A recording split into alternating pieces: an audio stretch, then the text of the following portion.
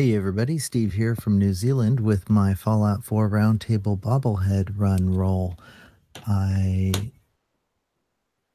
first rolled, my character is female, but my last couple characters were female, so I went ahead and changed that to male. Follower is Dogmeat, Settlement Warwick Homestead. I was hoping for something in the far south, so that's awesome. Romance is Preston. I'm also going to be romancing Kate. I'll get back to that in a minute. And Commonwealth faction is Railroad, but I'm changing that to Institute, and I'll get back to that as well. Strength is 4, Perception 5, Endurance 4, Charisma 3, Intelligence 3, Agility 7, and Luck 2. The perks are Blacksmith, Pickpocket, Toughness, Attack Dog, Medic, Blitz, and Bloody Mess. So that's a really great melee roll there. I'll go ahead and send a screenshot with this voice message for Andrew to verify my roll. And I've named this character Sid, as in Sid Vicious. So it's Sid and Nora. And I decided, so I'm going to take lots of chems, lots and lots of chems. Sid's going to become the jet dealer, kingpin of the Commonwealth. And that's why I went with Institute, because who has the best labs? The Institute does. That's right. They have the best laboratories in the Commonwealth. So in order, I also want to take Chemist, because I want my chems to last as long as possible. So I need to get my intelligence up to 7. I want to take Local Leader, so I need to get my charisma up to 6. So right there, that's 7 special stats that I need to increase. Also, since he's a melee character, I'll need to get my strength up. And so what I decided to do is every odd level, I'll take a regular perk, but every even level, I'll take a special increase. So out of the vault, I'll take a special book in agility, and then level 2 is agility, which will bump me up to 9, so that on level 3, I can take Blitz, for example. I'll keep doing that over and over. I've got my stats planned out through like level 25 or so, and then a few in the higher levels. Yeah, so this should be really fun. He's gonna try and be a bad guy. I'll take the sarcastic choices when I have it. And something I'm looking forward to that I don't normally do is at the Drumlin Diner, when it comes down to a battle between Trudy and Wolfgang, I'll go ahead and side on the side of Wolfgang, because, you know, we chem dealers need to stick together. I'm also going to be romancing Kate, because my plan there is to get her affinity up. I'm going to be taking lots of chems, but then we'll take her to cure her addictions, and that will change it so that every time I take a chem, I'll lose affinity with her. And so then eventually I'll do that so much until she finally leaves me. So it's a weird goal there, but yep, that is my goal. And yeah, this should be fun. It'll be great. I'll go ahead and send this information off and hope everybody has fun, and I'll see you in the wasteland. And that was a lovely introduction. Thank you, Steve, for the introduction to episode 92 of the Fallout feed. Hi, everyone. I am Andrew, joined tonight by our favorite people on Earth, Kara and Ray. Hello, Kara. Hi. Hi, Ray. Hey, Andrew. I love you guys. Welcome to the show. Fallout feed tonight. You guys, we did our rolls last week, didn't we? Kara, Yep. the basic breakdown, what was your sort of general outline? Do you have like is it sort of a pistols or melee or anything? Do you have, what was yours right offhand? Melee weapon bonus. I know that for sure. So I'm going to try to stick to that and see, because that's also outside of my wheelhouse too. Good. Power armor? Are you going to use power armor? I don't know. I want to. That is my instinct. But yeah. I don't know. Maybe I should give it a break this time around. But that's a good call. Got Lone Wanderer, and yet I'm with Dogmeat, so that works out fine. Yep. And that's kind of the gist so far. Yeah, Steve said he had attack dog, and he said that works well. Well, he's like, well, that's role works really well with melee, but attack dog was one of his perks. I always think of attack dog as something like, dog meat will run up and hold the guy in place so I can get a good shot off from 20 yards away. You think it works well with a melee build? The attack dog is the one where I assume dog meat grabs the guy and holds him in place for you, right? Is that one? Yeah, and he said he's going to be getting blitz right away, so dog meat will hold him in place, and then he'll be able to just hit VATS and wail on him, slam the guy in the head. Ray, what was your basic build? Kara said she's going melee. She's going to try to stay away from the power armor. What are you doing? Well, mine is kind of flat across the board, but my perks are gunslinger and rifleman, so I'm going with an all guns build. You got both. Gunslingers for non-automatic pistols. Yeah. Also includes energy weapon pistols, correct? Like plasma pistol and the energy. Those like whatever you get from the Institute, the scents are carrying around, those Gen 1 scents are always carrying around, those things, laser pistols, those things. So that's pretty cool. And what you said, what else? Not commando, rifleman.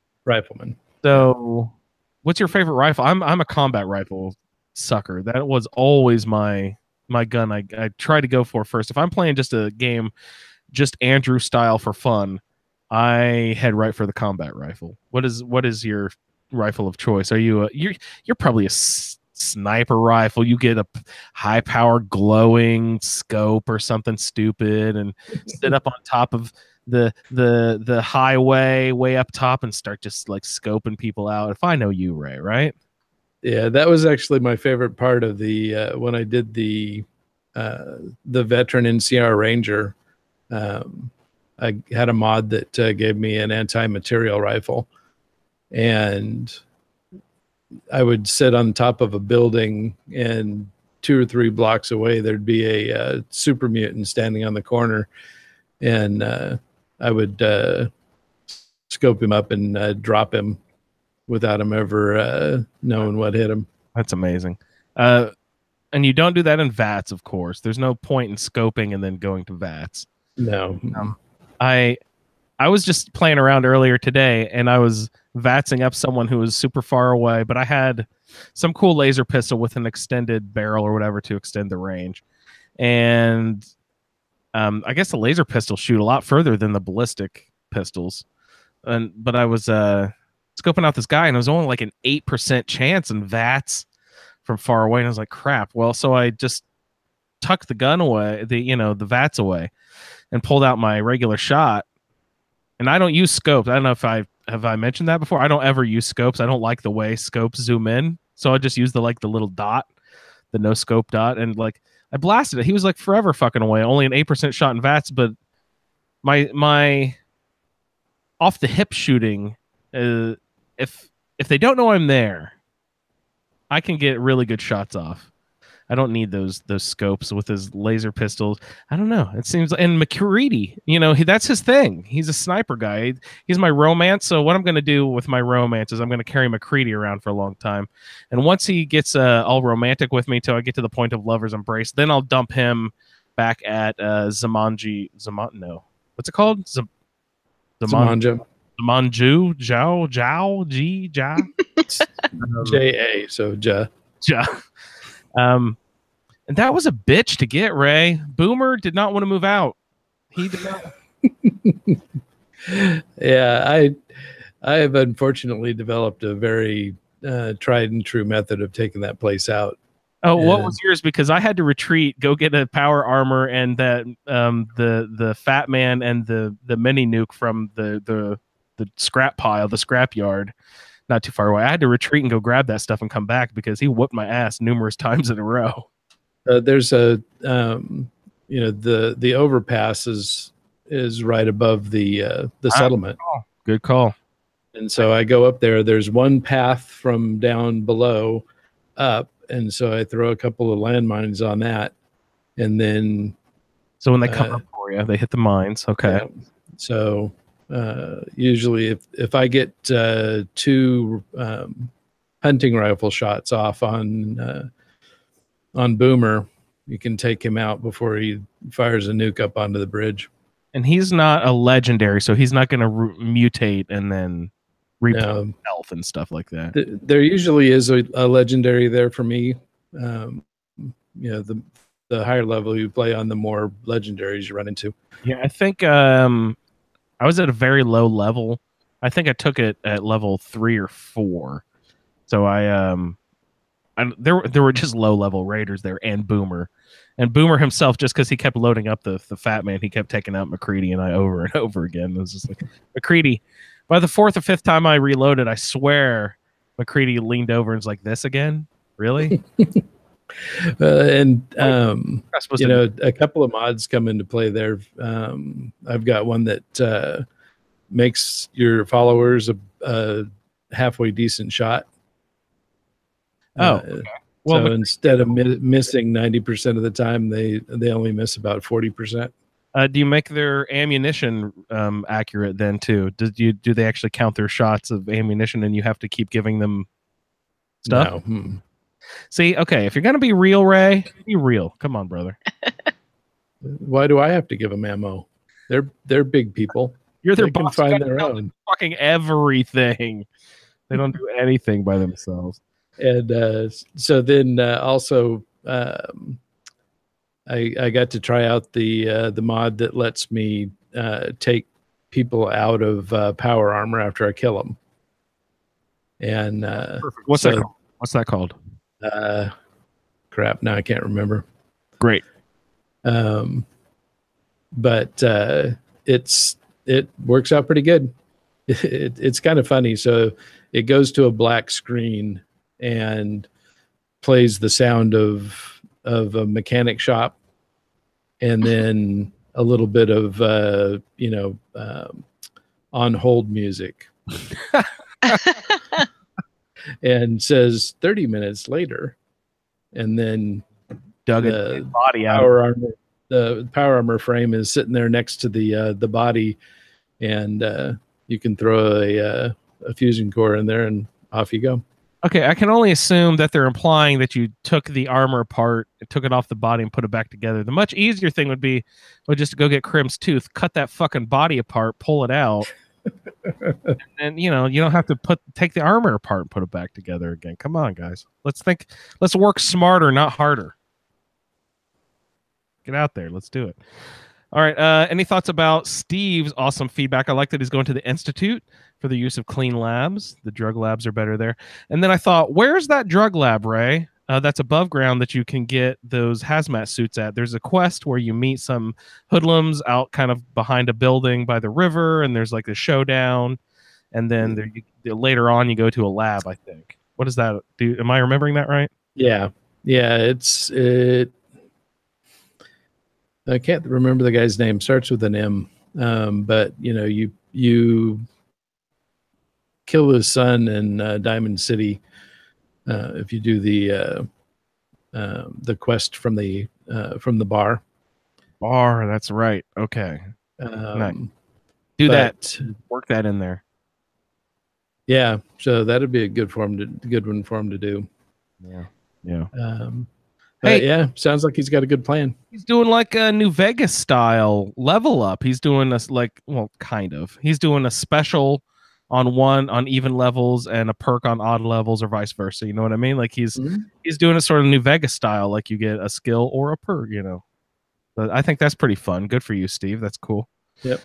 And who would he say? Was it Curie or Kate that he's going to force to leave him? What was that about? Kate. So okay, but he's when you have Kate, when you have Kate as a follower, in the beginning, she's all about the chems. Okay, and so every time you do chems, it gains an affinity. When you get to a certain point, and she tells you, how her life has sucked, and that she really wishes she could kick the chem habit, you take her to Vault 95 and cure her of her chem addiction, and that gets you your max affinity with her. Well, Now, when you do Kim's yourself, she doesn't like it. She doesn't like it, and so you lose affinity with her. And any follower, if you lose enough affinity with them, will refuse to follow you. Okay. And so that's his goal, is to build her all the way up to max affinity, and then see how long it takes to get her to leave his drug-addled butt. Okay, I can't 100% say this is correct, but I think that once you get to Lover's Embrace perk, they won't backtrack past back down. I don't think. I can't confirm that. What do you think, Ray? You don't use followers, so yeah, but I don't. I'm not an authority on this. I don't remember. I can't recall. You'll have to definitely check in with us on that, Steve. I'm interested in that. Yeah, Kara, any thoughts about Steve's wonderful introduction to episode 92 of the Fallout feed? Thank you again, Steve. I think he's got it wonderfully planned out, and I really can't wait to hear the story as it unfolds. Who did he say he's doing? Is he doing a Sid Vicious role play? What was his character was? Did he name it Sid? Yeah. Yes. Okay, so that's pretty sweet. Good for you, man. Good play, Steve. You a big Pistols fan, buddy? I assume. I thought you were way more metal than punk, but that's awesome. I encourage that. Hey, Colin, you're my main man. Hi guys, this is Colin. I just thought I'd send in a little audio feedback on the character creation of my new Fallout 4 roundtable character for the Bobblehead run. I did post a little photo in the Fallout feed in the Facebook group of all my stats, but just to quickly go through what I got given a female with a follower of Codsworth, which I kind of like Codsworth. He's a lot of fun and he's a badass, especially early on. Settlement Greentop Nursery, Romances Hancock. If I ever get to it, it'll be pretty late in my playthrough. So I don't really like doing that. Acadia is my Commonwealth faction, and Raider faction is the Commonwealth, which I really like because I just recently played through doing a Raider faction. I think I went with the Operators, and I didn't really enjoy it that much. Bit too bare bones, and the only interaction you have with them mostly is just a fetch quest. Go there, kill that, go there, bring that back. That's it, and that's all you do. It's I don't know whether there's any other way to get any more information or have a more better interaction with those raiders, but I couldn't find it. It's a bit too bare bones. So, and plus, to be able to get the park up and running again, you've got to go through nearly the entire quest before you can get everything going. This way, if you go there, wipe them all out, then you can get through it a lot quicker. But anyway, getting on with the specials I got. Let's see, I got a strength of 9 and a perception of 1, endurance of 5, charisma of 1, intelligence of 8, agility 2, and a luck of 2, which is a very min-max type of situation, which I don't usually do. So that's in keeping with the round table. But with the strength of 9, I did get my very first perk of Iron Fist. So that goes hand in hand. Great pun there. With the strength. I also got an endurance of 5, which is not too bad. And I found, the postman's hat. And that's got me an endurance of 2, I believe. I think you're getting 2 endurance if you're wearing a postman's hat. Or an endurance of 1. One or the other, but I've got an endurance of 7 now, so that's going to help a lot. And then the Pickpocket, Iron Fist, never used before, so that'll be fun. Pickpocket, never used before. Lead Belly, used before, but I only ever really take it when I'm on survival. And that's the only way it would be helpful. In a normal playthrough, which I'm doing now, is not going to be helpful. Black Widow, never used before, but I'm not a charisma player, so I rarely ever take any of those anyway. Medic, always helpful. Mr. Sandman, never used before, but it looks pretty interesting. and Mysterious Stranger, again, never used before. So that's going to be nice. With the character that I kind of came up with to play through, to keep my interest going,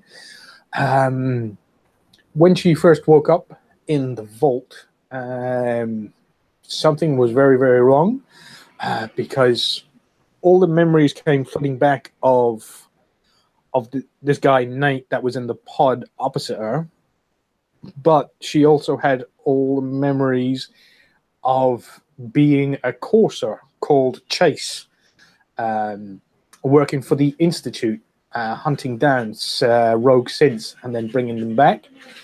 But she also had other memories of another synth who was inside the Institute, who used to be an assistant to one of the doctors there, of carrying very heavy loads, boxes and equipment and things like that, but also to bounce ideas off of, and also of a merchant that used to be in the Commonwealth in Nuka World. And she has all these disparate personalities in her head, all the memories of all these different people. And with the intelligence of 8, she kind of managed to put together what must have happened and kind of came up with a hypothesis that somebody somewhere has... Obviously, she's been sent into the vault, and that's where she is now. So she's probably been sent out by the Institute, as in trying to have the memories of this person who was in the vault. But somebody has obviously interfered with her programming information. So somebody has added extra stuff before she got sent out when she was being made.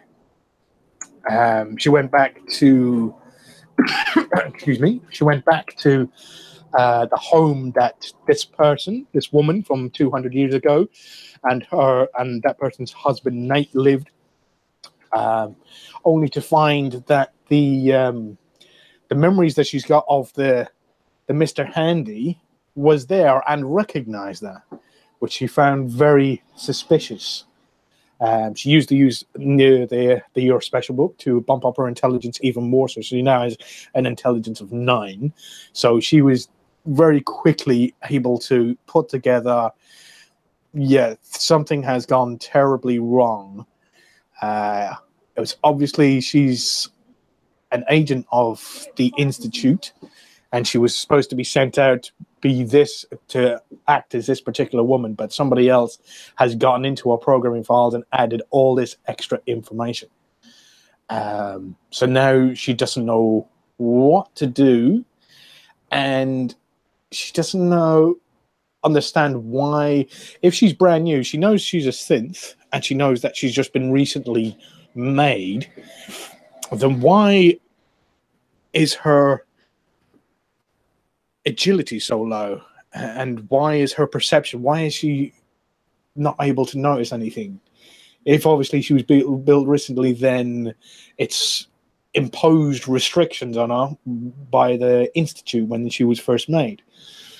So for the first few levels, she decided to work with Codsworth, and then later on the settlers she found in Concord, to try and increase her people skills and learn from Preston of his of being able to perceive threats out in the real world, because all the intelligence and everything she has, it's not real world experience like Preston has. So to cut a long story short, she's been increasing all her stats. So she's increasing her charisma so she can get to local leader, because she's going to try and...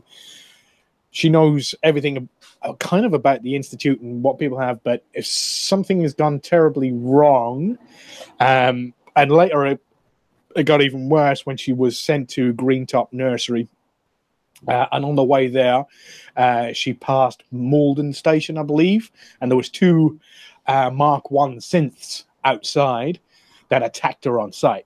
So yeah, if they can't tell who she is, then something has gone terribly wrong. So she's decided that with her intelligence of 9 and now strength of 9 as well, to be able to increase every one of her stats. So I'm not doing a complete max out of like level 10 before I start leveling up. I've already put some into medic and iron fist, using power armor and the melee. It's kind of boring because, you know, all it is just non-stop punching. I don't know whether it gets better later on, but where's all the sort of like, you know, like Kate does, where she kicks their legs from under them and locks them on the floor and then wallops them. There's none of that. There's just like keep punching back and forth until they fall down dead. I thought it'd be a bit more imaginative than that, but it's early days. Maybe it's going to change. So, with all these memories in her head, as she was leaving the vault, it was kind of almost as much more than she could bear. And when she exited the vault, she was trying to figure out what she should call herself. And when she turned the Pit Boy on, she could find out that she got a radio signal just as she exited the vault. And when she turned on this radio station that had just appeared, some woman was singing a song about how crazy she was. And then the DJ said that that song was by a woman named Billie Holiday. And that's just how she felt at that particular time, completely crazy, having all these different personalities inside her head. So she decided that she remembers her from the memories of the woman, Nora, in the vault, remembers this Billie Holiday as somebody that she really, really loved, a singer that she really loved. So she's now calling herself Billie Holiday. And Codsworth called her Miss Billie as well, which she really enjoys. So that's it. I hope you enjoy your character. Hopefully this is we're gonna get lots of feedback on this, and I'll see you I think I'm on the episode that's on the 14th, and I'll speak to you all then. Thank you. Bye. Yes, Colin will be live on the Fallout feed. I think we're going on a Saturday at one point to be a little more convenient for his schedule, but he will talk to us about getting some bobbleheads there in the future. So we will welcome Colin onto the show. It's great. Iron Fist goes hand in hand. Good pun, Colin. Good job. You said the postman's hat gives you like a +2 endurance. I think that's the whole postman's uniform if you wear the hat and the uniform as well. I looked it up on the wiki here. It says the wear of the uniform gets a charisma and endurance both increased by 1, and the hat is a dark blue hexagon shape with a post badge adorning the front of the bill. When worn, it provides a single point of endurance. So you probably get 2 points of endurance and 1 of charisma if you wear both the uniform and the hat. That's pretty awesome. She's going by Billie Holiday because Nora, who she was as a person, remembers the jazz music from way back when, but Billie also knows from strange memories she was a courser for the Institute and is also a synth. This is crazy. Good call. It just goes to show, Ray and Kara, how much more thought Colin will put into a role before going in. I'm like, oh, look at my roles. I'm going to map out these perks, and here we go. You know, Colin actually puts a lot of deep thought into motivations, where this character is coming from, where it's going, that sort of thing. It's always really wonderful to hear how he goes about building a character. It's much different than me. Yeah, and with the Iron Fist, if he gets the health down and then does a power move, that'll give him the the flip moves and the slams and all that good stuff. All right, say that again. If he does, so when he has Iron Fist, and so he's doing a hand-to-hand attack, you punch him a couple of times, it gets their health down, and then you do a power move. If the power move is enough to take them out, then it'll do one of the the animations where it, either throws them up in the air and slams them on the ground, or it sweeps their feet out from under them and punches them in the head. How do you initiate the power move? How does that work? Well, on PC, you hold down the attack key, so the left mouse. Okay, interesting. I don't know if I've ever played an unarmed or really. I've done some melee with Crim's Tooth and stuff like that, but I've never done a purely melee or unarmed character. Yeah, unarmed is good early game. It gets worse and worse. The further you go into it. If he's bored by it now, will it get any better? No. Damn. So they should take a few. They should take a few perks levels of big leagues. Awesome. And go a little more melee. Okay.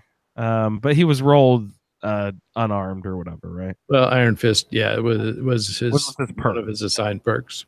But there's plenty of perks to fill in with. I like how my mechanic, I would just speak of it mechanically. I'd be like, yeah, I need to go down to Concord so I can get the perception bobblehead. Whereas Colin works it into the story where he went and speaks to a group of people to learn from someone how to increase his perception of events. You know what I'm saying? Like how he goes about framing that. Yeah, he's good with the stories. Yeah. Mm-hmm. Yeah, I just thought like the Nora Remembers Billie Holiday. Name the character Billy. That's cool. Kara, we have some emails. And if you didn't have any thoughts on Collins, we have a few emails we can get into if you want to take a swing at some of those. I just wanted to say that I'm really curious to see where Billy's journey takes her, because I'm curious as to what's going to end up driving her as a person or synth. Yeah. I hope she's turning on radios everywhere she goes too. You know what I mean? Let's see. Our first email is from Cy Fen. It says, "Greetings from Minneapolis. I tried my hand at the Fallout New Vegas playthrough, but had some computer issues, mainly my oldest son monopolizing the PC most nights I had free, and I didn't get through the season. Burn. I have since remedied the issue, mainly from buying a new laptop. Congratulations!" So, yeah. I decided to roll a character for the bobblehead playthrough. I attached my roll and perks picks for the first 30 levels. I'm not sure if I will get to providing feedback for the show, but I'll have fun playing along with you guys. Looks like I'll be playing a VATS heavy playthrough. I rarely use VATS, so that will be different. Chris. Okay, let's see. That's all I do is VATS, Chris. My role actually has some built into it, some shoot from the hip like perks. So that's going to be different for me, is I'm going to have to actually aim with my own skill, and I'm very bad at aiming. So that's where I usually use the VATS. That's awesome. Thanks, Chris. Well, you also add the difficulty of using a controller instead of WASD and a mouse, so handicapping yourself there. Yeah, the shoot from the handicapped hip. So give yourself a little break. That still takes some talent to shoot from the hip when you're using a controller. I remember I impressed McCready earlier without even using a scope from like 100 yards, man. That's like, true. Hey, shoot, good job. All right, let's see. His character is female. Follower dog meat. Settlement is the Slog. Romance Curie. Commonwealth faction Minutemen. And Raider faction the Pack. Strength of 4, perception of 2, endurance of 4, charisma 5, intelligence 4, agility 8, and luck 1. Oh, that's a pretty nice rollout. Yeah, that agility is great for your VATS, yeah. Yeah, that's going to work out really well. Perks, armorer, locksmith, life giver, attack dog, Vans. Ooh, sorry, buddy. Ninja and Scrounger. I think a bunch of people got Vans this time. I got Vans. Did Ray Yeah. get Vans Yep. too?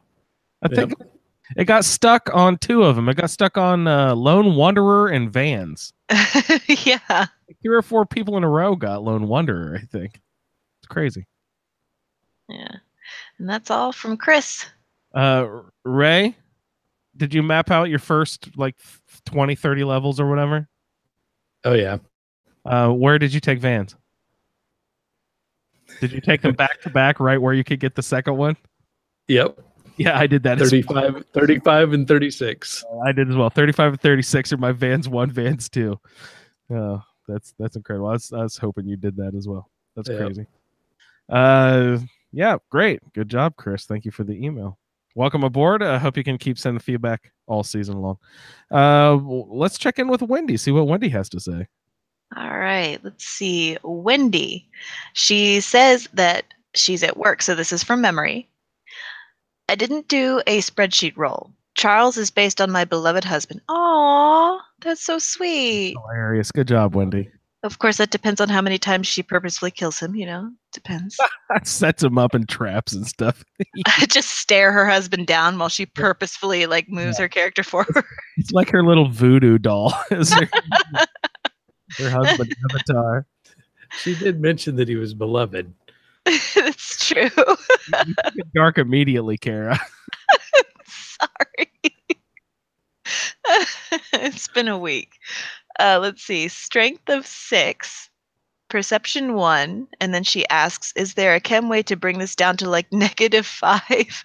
Mr. W has been known to get lost in parking ramps.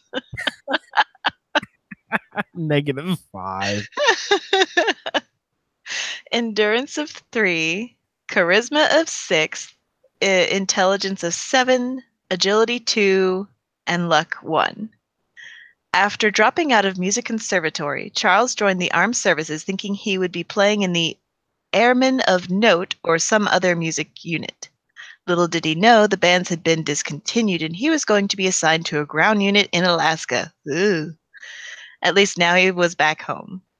He was looking forward to his lawyer wife supporting them until he got his big break. Then it happened.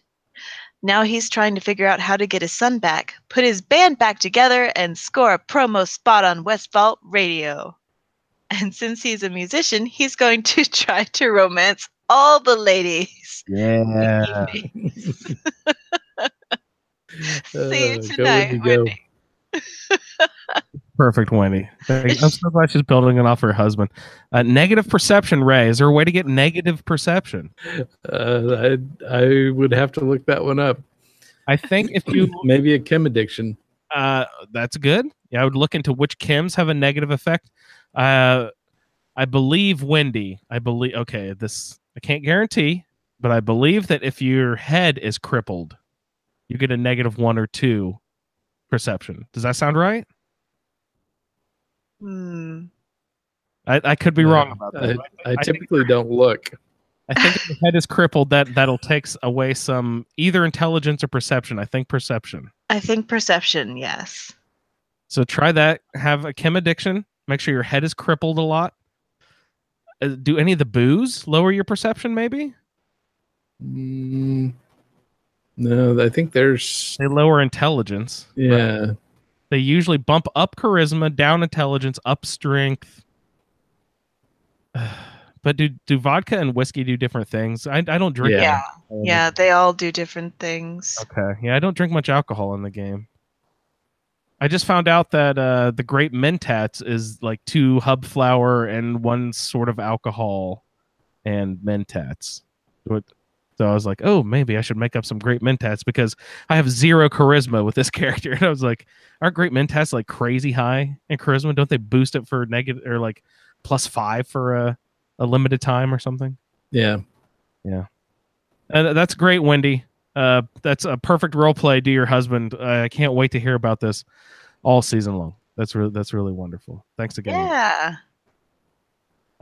Craig also wrote an email. Thank you, Craig. He was one of our stalwart play along folks all season long, last season for the New Vegas roundtable. So let's see what Craig has to say. Thanks, buddy. All right. Craig says, hello, Fallout feed. Craig here.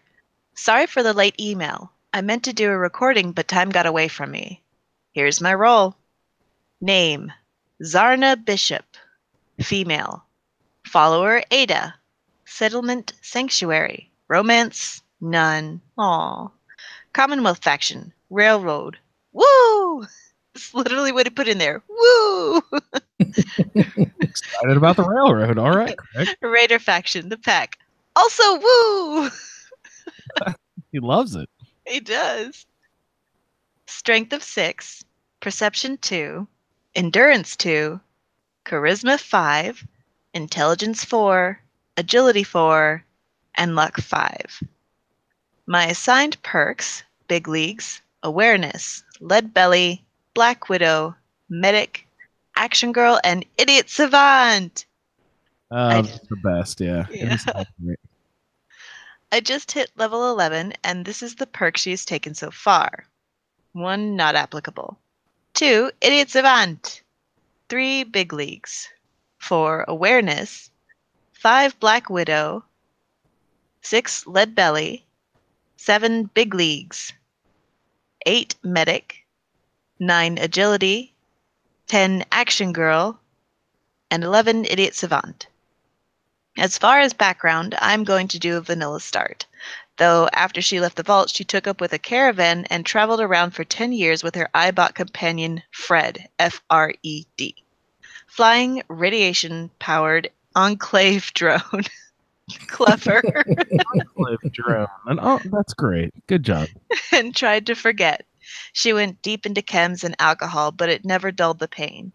This is where she decided to head back to Sanctuary and the Vault to see if she can pick it back up on the to see if she can pick back up on the cold trail. There are also some funny-looking bobbleheads all over the place. Maybe Sean would like them. Well, see you in the Commonwealth. Perfect, Craig. I love that. What was it? Flying radiated enclave drone. Flying radiation-powered Enclave drone. Nice. Right. I'm echoing on myself. Do other people hear that? I might have to hop off and hop back on. Yep. You guys express your thoughts, and I'll be right back. Well, that sounds awesome. Yeah, he's got a good plan going there. Yeah, and he's also very excited about his faction, so that's nice. Although, is the intelligence level 4 going to work against the Idiot Savant? So it'll happen less frequently, but when it does happen, it'll be bigger. Oh, nice. Very, very nice. And it seems like we've got at least 2 people talking about doing chem-heavy plays this time around. Yeah, that should be entertaining. Yeah. Have we ever had an alcoholic playthrough? Well, I mean, okay, but not for real. Like, yeah, character-wise, like not. No, I have not done. I rarely do the chems. I rarely do the the alcohol and stuff. I don't know why. I usually just pick it up and sell it. Semi-valuable, low weight usually. The chems are always low weight, high value. Yeah. But even when I put together a character just to work on using drugs to see how they work, I would forget to pop them before going into battle. Yeah, see, I get started into battle, I get swept up into it. I'm just like, I go into it and I forget to use all this stuff. But I will mention, I'm using an alt start mod. I don't remember which one I use, guys. Sorry. It's either Another Life. I think it was Another Life. But you can, since my Railroad faction was my role, you can start as a Railroad. It gives you like a Railroad sort of package when you start out the game, and it starts you out near the Railroad. So I went ahead and used that. And I actually got a ballistic weave coat. It was really nice.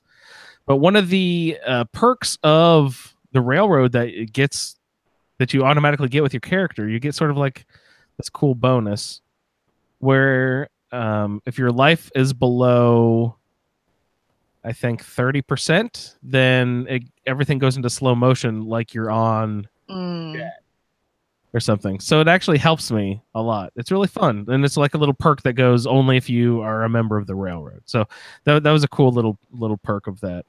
See, but I've never used a lot of chems, so it was fun to use something that is similar to jet. So this is my first little exposure to using that regularly. But Steve, you'll have to tell us all about the chems.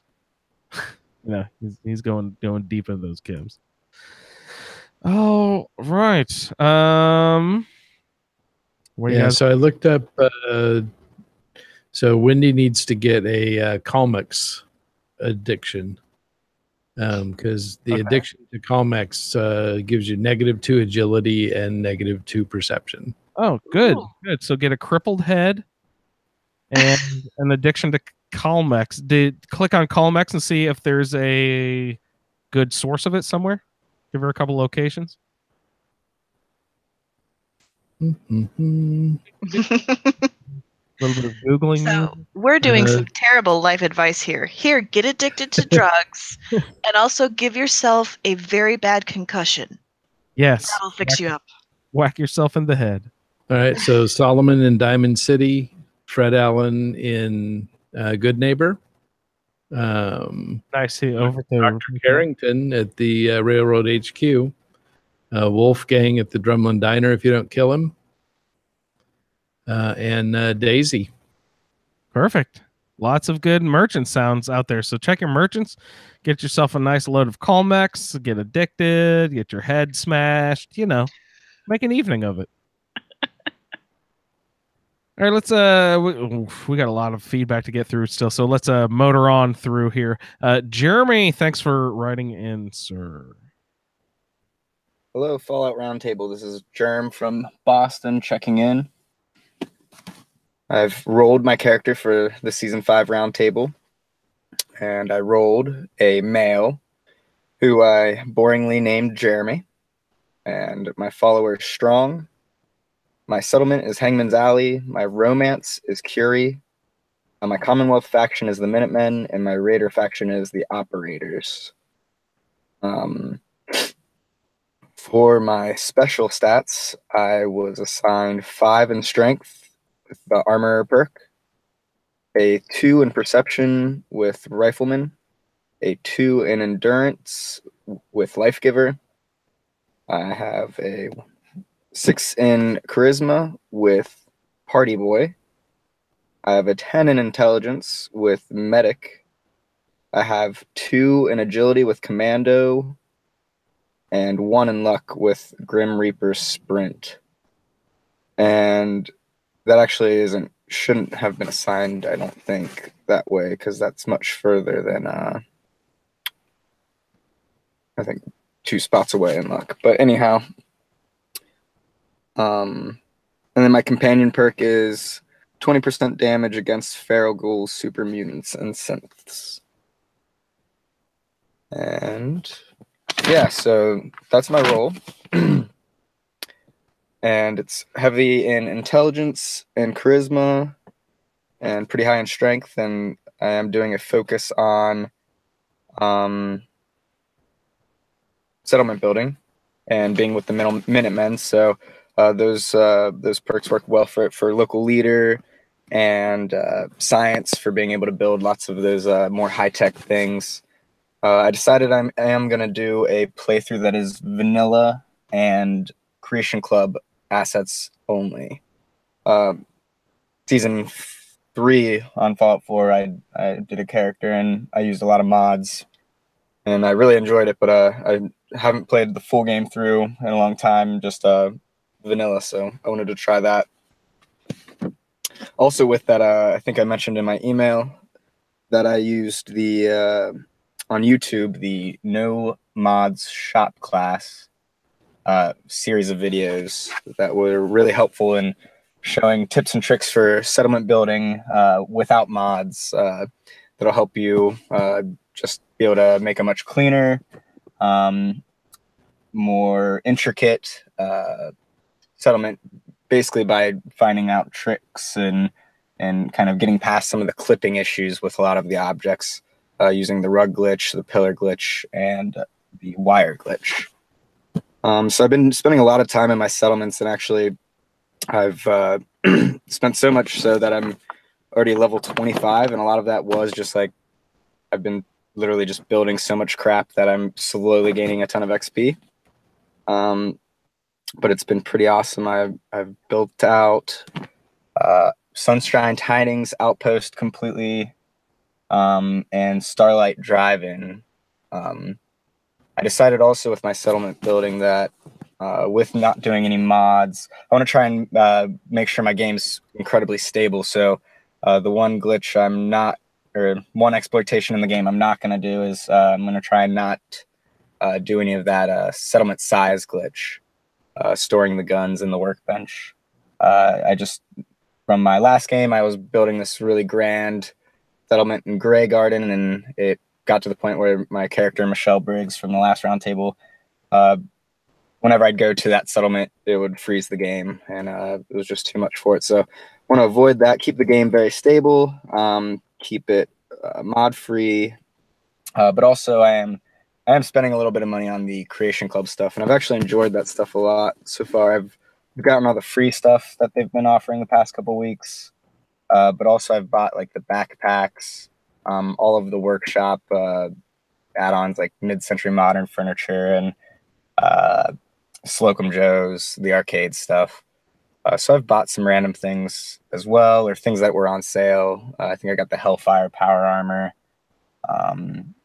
Anyway, having fun with some of those Creation Club assets. Actually, I know it's many people have different opinions, but in mine, I've played this game so much and put so many hours into it that I don't mind spending a few more bucks on it. I feel like I've got my money's worth, to be honest. And that backpack, being a settlement builder, has been a lifesaver just to allow me to carry a lot more junk around the wasteland. So yeah, I've been like I said, just tons of settlement building up to level 25 already. And, I've kind of gone through some of the kind of major things I've hit. I've hit the Museum of Freedom, Corvega, Vault 88. There's a Vault 81. Did I write that down wrong? That vault near Oberlin Station, whatever it's called. Let's see. Did Grey Garden. I've kind of handled the thing at Covenant, where I ended up siding with Honest Dan. And I'm not sure how I feel about siding with Honest Dan. I thought he was more of I trusted his namesake, Honest Dan, but I don't know if he was so honest. But then again, I also don't know if I liked what they were doing at Covenant either. But I'm pretty sure that when I go back there, they are going to open fire on me. And I think I would have liked it to have not been that way, so I could trade with them and things like that. I've been doing a lot of trading and buying and bartering, selling, selling food and Radix and chems and then buying junk and mostly just junk for building from different salespeople, Trash Can Carla, Trudy at Drumlin Diner. I end up going to a lot because that's kind of a central spot between a lot of the early settlements. Yeah, been a lot of fun. I'm ready to start hitting these bobbleheads. I have accidentally come upon a couple of the early game ones inadvertently before they're assigned in this season, so I do technically have a couple of them, but from here on out I'm going to wait to pick them up until the assigned date, and so it'll be interesting, like ones where I've already kind of cleared out the place where they are.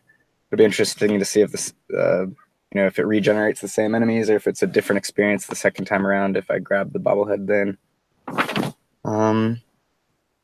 I think that's pretty much it.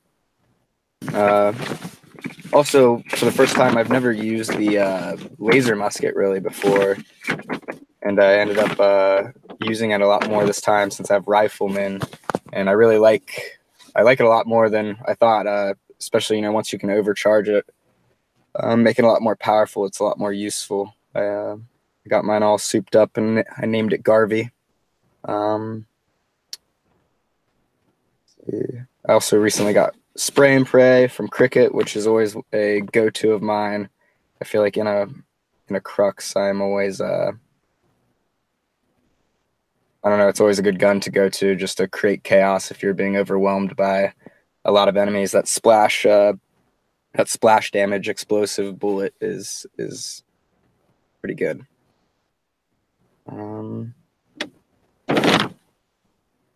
Yeah. Oh, the other thing the last thing I guess I'll talk about is just my assigned romance is Curie. And it's actually really fun. I never went into Vault 81 or 88 or whatever it is in my other playthroughs, and I'd never met Curie. And I really like her as a follower right now. And I'm at the point now I've befriended her enough where she says I need to find someone to help her create a new body for her. And I know it's Dr. Amari in the memory den. Like she's like, you need to find someone who has knowledge of robotics but also brain stuff. And I was like, oh yeah, the memory den's got to be the place. I just went to it recently, and I went through the kind of, because I haven't gotten too far into the Finding Sean storyline. So when I got there, I went through the memory of losing my son and my husband, or sorry, my wife and my son, the beginning part of the game. And I thought after that I would be able to talk to Dr. Amari to help me with Curie. And when I talked to Dr. Amari, she just was busy. She's like, she was just busy. She wouldn't interact with me at all. And it was just say something and blow me off. And it was so frustrating. And I'm going to try and go back later maybe, but I'm wondering if maybe I just have to further along the main quest. Maybe I have to, find Nick Valentine before I can do that or something like that.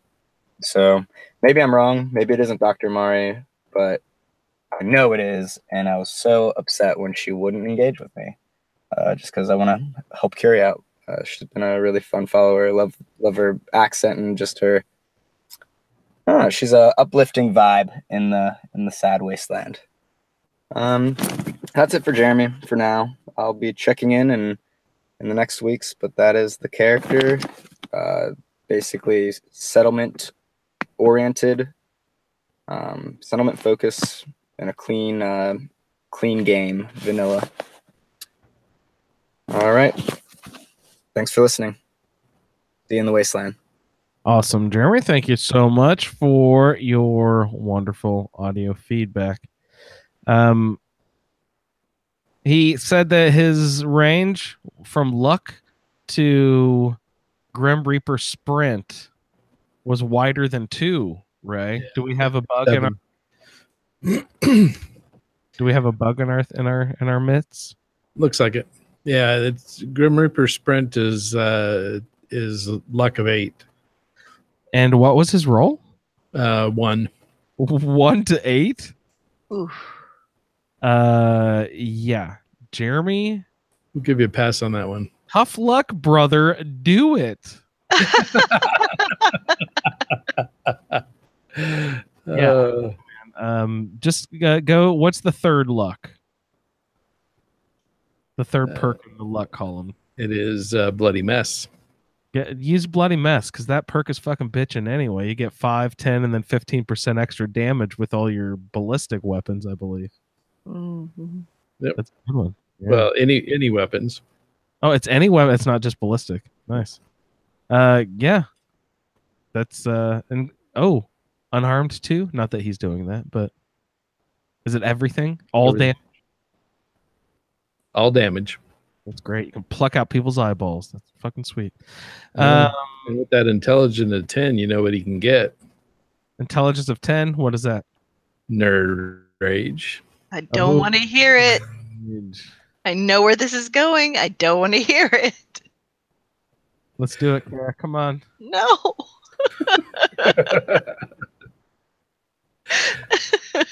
We need to go figure out what episode that was on, go back and pull that clip so we can just start dropping it into the show whenever we come across stuff. I don't remember where that was, about what era. I have zero clue. Did I name the episode Nerd Rage or anything? I really should start doing that. No one tell him. If they know, no one tell him. We need to follow. It was.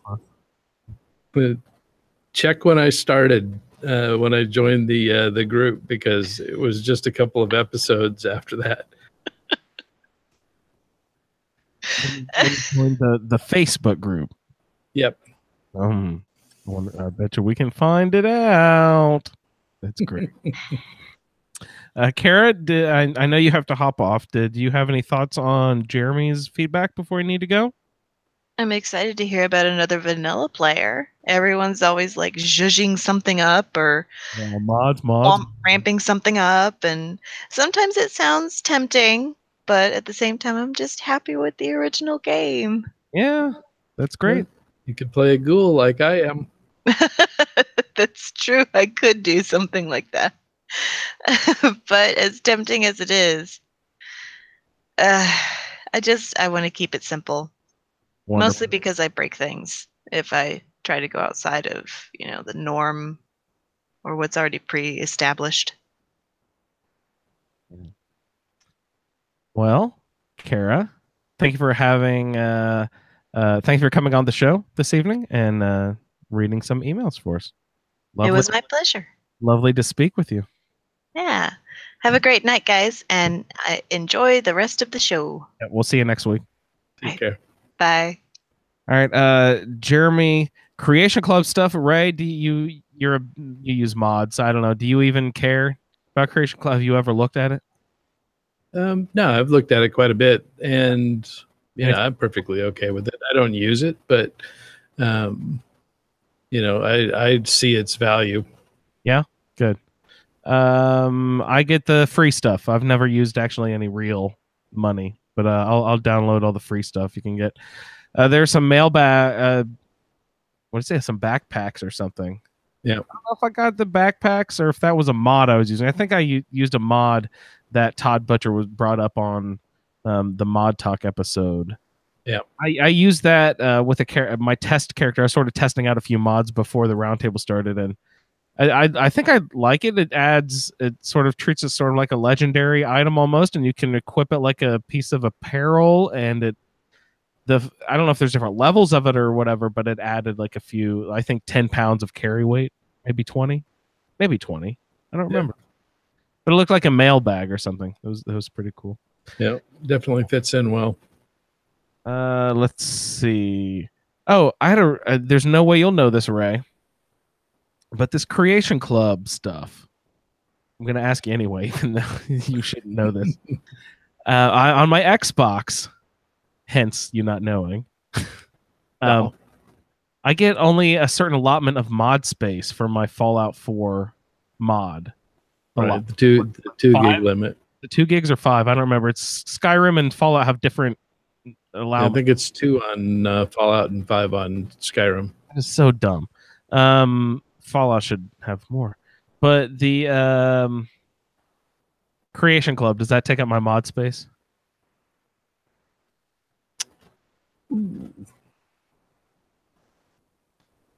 I was thinking about that today. I was like, do I need to not be adding this Creation Club? Is that digging into my available? Yeah, that's a good question. Mod space.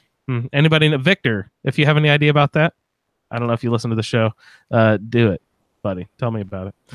Let's see, Jeremy, you got Vault 81, 88, and there's another one right over there too. 80, 82. Ray, what are we doing? 81. Vault 81 is Curie, right? Yep. That's the drug one, correct? No, that's 95. That's farther south. 95 is down by the Somerset place. Yep. That is, I thought there were gunners in that. There is. And there was the secret drug den hidden in a wall underneath that they were going to break out after they had cured the drug addicts. That was Vault 81. Oh, that was 81. That's Curie 81? Yeah. that's where you find Curie, is in that section of the vault where they were observing, and creating the the cure for all diseases. Yeah. Vault 95 is where they put all the drug addicts, and took away all their drugs, and then had a massive stash of drugs hidden, so that after everybody got cleaned up, the protocol was that the staff would expose the hidden drug stash and see what happens to all the addicts. That's so courteous of them. And Vault 88 is the DLC down near sort of the southeast corner of the map. Yeah, Quincy. Near Quincy over there. Honest Dan. You're speaking about Honest Dan. Jerem, one of my favorite things on Earth is followers, right, bud?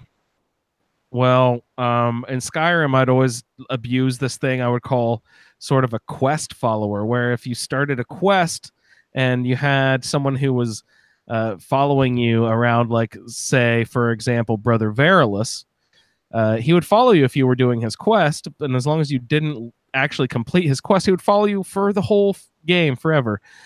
Honest Dan is one of those guys. He is not nearly as stable as Brother Verilus or other characters in Skyrim, but Honest Dan will follow you around most of Skyrim if you go and try to start his quest and then do not complete it. Billy is like that, the little ghoul boy in the fridge. He will follow you forever. He is way stable, though. For some reason, Honest Dan, he'll get lost sometimes. I don't know why. But he'll always go back to Covenant. You can always find him and pick him up again.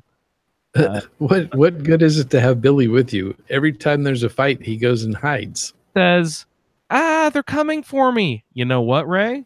If that is another Andrew is not paying attention to what's running up behind me, and therefore I have another alert system. Billy is great at that. His perception is off the fucking charts. It's amazing how much he alerts me to something that I didn't see, something coming up. I hadn't hit VATS in a while, so I didn't know what was around the corner. You know what I mean? Like, Billy's really good at that. He might have better perception than Dog Meat. I know you don't care. You don't use the followers, but yeah, I'm big into that. Spray and pray. I just heard a little tip about spray and pray not too long ago. Ray, are you you use mods, so you must not be an achievement hound. Yeah, no. Nuka World, there's some horrible achievement where you have to collect all those rolls of tickets or something. You have to collect like 10 billion tickets, I think. Oh, yeah. And one of the ways you have to do it is at the shooting range or something. But I heard it's really hard to do. So people found a way, sort of like a loophole, is you just take spray and pray or an explosive weapon, and it just blasts everything in the range. So it'll automatically get the target no matter if you hit it or not. So I just wanted to mention that. Look that up. You can get way more specific with that if you look it up, I'm sure. But if you're trying to get that Nuka World ticket achievement, look up an explosive weapon, say like spray and pray or the kiloton rifle over from Nuka World, or not Nuka World, sorry, Far Harbor, and take it over to Nuka World to get those tickets. It'll help you in the long run. I think Craig maybe was talking about that. Anything else about Jeremy's feedback there, Ray? Yeah, sounds like he's got a pretty solid plan, and more power to him for settlement building. How are you doing on yours? You don't sound excited about that at all. Well, I've been playing with Sim Settlement, so that's been interesting. I want to talk more about that later. We might not have time to get into it a ton on this episode, but you pick up the packages at Concord, where you pick up Preston. What is that building called? The Museum of Freedom. Yeah, there's a package in there sort of across the hall from where you sneak in to get Preston and those guys. Pick up all those things. And those, like, they have beacons and stuff in there. I have not actually pulled them out and started using them yet, but I haven't built a ton on my settlement.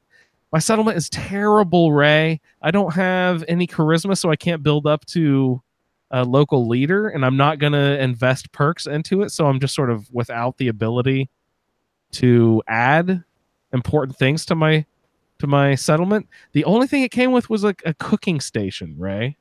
There was no armor bench, there's no weapons bench, there's no chem station, there's nothing there. It's terrible. Yeah. Tell me there's a way I can abuse the system somehow, make a merchant shop, make something, make a gun shop, like I can improve my weapons there somehow. Is there a way? Yeah, you just got to get your what is it, local leader and cap collector up so that you can build the workbenches. But I can't. That's not built into my perk of my character. Am I just going to have to always go elsewhere now to build my weapons and armor? Yeah, since you can't console the items in. Maybe I'll load a mod. Is that cheating? Is that okay, guys? Can I ask permission to do that out there? Because traveling to just fucking tinker with my weapons is just punishment beyond belief. You're allowed to have more than one settlement.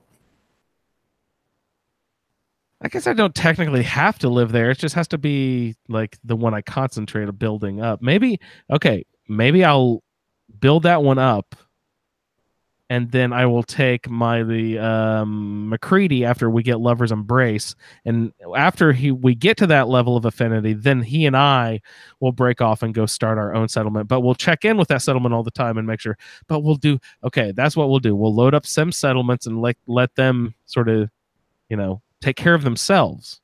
Yeah. That'll be great. Perfect plan. Thank you for talking me through that. Let's get on to Leon.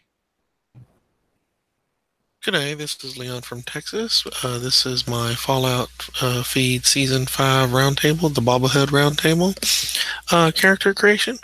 I rolled the character a while back and built him. I put it on the Facebook group and Twitch streamed the building and getting out of the vault, I believe. And but really haven't done a lot since then. So one caveat to the rolling process. I did not just pick a number or roll the first one. What it was is I wanted to play a male character because I had an idea for playing a post-war vet. So it was the first male character I rolled. And then I kind of just went with that with my background. So I have a male. His follower is going to be Dogmeat. I will be taking the other followers to get their stats their perks as I go. But for the most part, when I don't have a follower, I'm going with Dogmeat. County Crossing is to be my main settlement. I don't know. I tend to build up all my settlements. So I'm probably going to build up all of them. But I'll try to make County Crossing like something special. We'll figure out how that goes. Excuse me. My romance will be Curie. My Commonwealth faction is going to be the Minutemen, and my Raider faction is going to be the Commonwealth, which is actually pretty cool because I have not yet done a Commonwealth playthrough where I kill all the Raiders. My specials will be Strength 4, Perception 5, Endurance 4, Charisma 4, Intelligence 6, 4 Agility, and Luck of 1. My perks are Big Leagues, Locksmith, Rad Resistant, Attack Dog, Gun Nut, Action Boy, and Fortune Finder. So I kind of took the idea of making a kind of a 3-time loser. My character's name is going to be Elmer. And I got the name from the old cartoon character, Elmer Fudd. And, made him kind of an old version of what I kind of think of an old Elmer Fudd might look like, so to speak, with glasses and such. His backstory is he, like I said, he's a 3-time loser. His luck of 1 is, that's pretty much says for itself.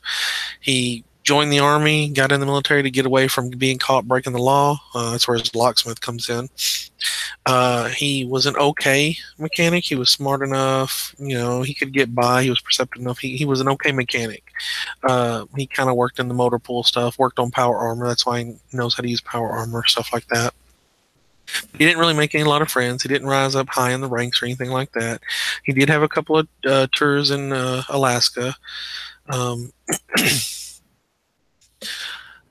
And then he was assigned as sort of a, on a return back to the States tour in the Commonwealth.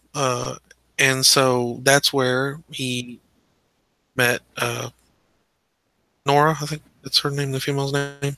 That's where he met her. And it was literally they met at a bar. They had some fun one night, and then about 3-4 weeks later, he gets a letter from her saying that she was pregnant. So I kind of ignore the audio tape that says that you've been back a year, and with this backstory. But other than that, it pretty much stays true. So the military, finding out that he's had a, he does the honorable thing. He's going to get married. She's okay with that. She's not exactly happy, but okay. So the military, hearing that, he's going to get married because he has to put in the paperwork, have her move on base, that kind of stuff. They're like, how about we just give you a slight bonus and you go ahead and retire, because we don't want to have to pay the insurance if you die in the line of duty to your family. So we'll just give you a slight bonus and you can go ahead and get on out. It's not like Elmer had was really, they needed him or anything like that. They were they were as willing to get rid of him as he was to be like, oh, okay. So he mustered out, and they used his, GI Bill and stuff to get the house and kind of hook up together. And they work things out, but neither of them are exactly happy, and that's kind of when the game starts. Yeah, there's a few comments, and I took the snarky line about when Nora asks about going to the park in the intro, where you say, "Is it going to be like that night in the park a few months ago or a year ago, whatever?" So that was the snarky line, and then of course you go into the vault, and this is again that 3-time loser. He sees Nora get shot in front of him. I mean, he wasn't super happy, but he loves Sean, and him and Nora were working it out. And then, boom! Now she's dead and Sean's missing. So then he wakes up, and of course everybody else in the vault's dead. So now he's all alone, and so he has to fight mutant roaches and work his way out. And then he comes up out, and he looks over a destroyed wasteland, and that's where I saved it. That's where I ended the Twitch stream. And that's pretty much at that point. He sits down and he just, screw my life kind of thing. So, he just is down and out. And that's where the playthrough is going to begin. Now, for the future, going with my Commonwealth faction and the Minutemen faction and the Commonwealth faction for the Raiders, he is going to start kind of coming into his own. He's going to realize eventually that he was made for this. This is what his life has led up to. He's going to be the first time I play Fallout 4 as almost like a paladin type character. I'm going to do the good things. I'm going to try to do good stuff most of the time. Try not to bend the rules or anything like that. I mean, the minute he gets into the Raiders, into Nuka World, provided I go, he's going to start waylaying on the Raiders. So he's going to reunite the Commonwealth. He's going to go the Minuteman route. He's going to become the general. He's going to be a good guy, and he's going to develop over time that he's going to become a good guy, and he's going to kind of work his way into being what he wants to be and what he should be. Now, as of right now in the playthrough, he's looking for Sean, but he doesn't really believe he's going to find Sean, because he's smart enough to realize that being in cryostasis and seeing Sean get kidnapped and then being refrozen, he doesn't know how many years or weeks or months it's been since then. So he has no way of knowing if Sean's alive or dead. So he's going through the motions right now to find, kind of to have some purpose, but at the same time, he's also a realist. So he's going to start working on Sanctuary. He's going to start building up some stuff there to make some place where he can live. He's gonna go clean out the Red Rocket, that kind of thing, and just go from there. I'm gonna avoid, because I've played a little bit, not a lot, but a little bit. I've avoided Preston and all them until we start actually doing the roundtable and kind of doing those, get closer to the actual episodes where you're gonna do the talking about it, and I'll go back to them. But other than that, I'm just kind of exploring a little bit, doing a few things. I do have all of the Creation Club downloads, so I do have access to some of the different armors and stuff. The long story there. It wasn't like I wanted to spend all that money on it, but it was just something I did on accident. wound up with a bunch of Microsoft points that you can spend on that. Anyways, so I do have all that stuff. For play-wise, I'm not going to bump his luck because, again, it's part of that 3 times loser thing. I am not going to put any points in luck until I've maxed everything else out. The only thing I'll put in luck will be Fortune Finder. I'm going to get max ranks in Fortune Finder because even when he was down on his luck, he could always find a couple of enough change to buy a beer. He's going to be somewhat of an alcoholic in the past, so he drinks beer a lot. He doesn't carry like dirty water, purified water. He tends to take beers, Gwyneth Brews and stuff like that. Kim's, use them when I need them, but overall he's not big into Kim's. But the beers, no, not worried about all that. So other than that, that is Elmer, and I'll be enjoying the playthroughs. Awesome, Leon. Thank you so much for writing in, sir, with your MP3. That's great. Elmer is playing an Elmer Fudd character, right? Paladin. Can you tell me what a paladin is? Oh, did I lose Ray? Sorry, I had lost myself it. muted. Oh, sorry. So they're the do-good knights. The do-gooder knights. You know, they're out to, champion the downtrodden, to stamp out evil, and do good. Okay, so that'll be fun. Nicely, or Leon. He's gonna be.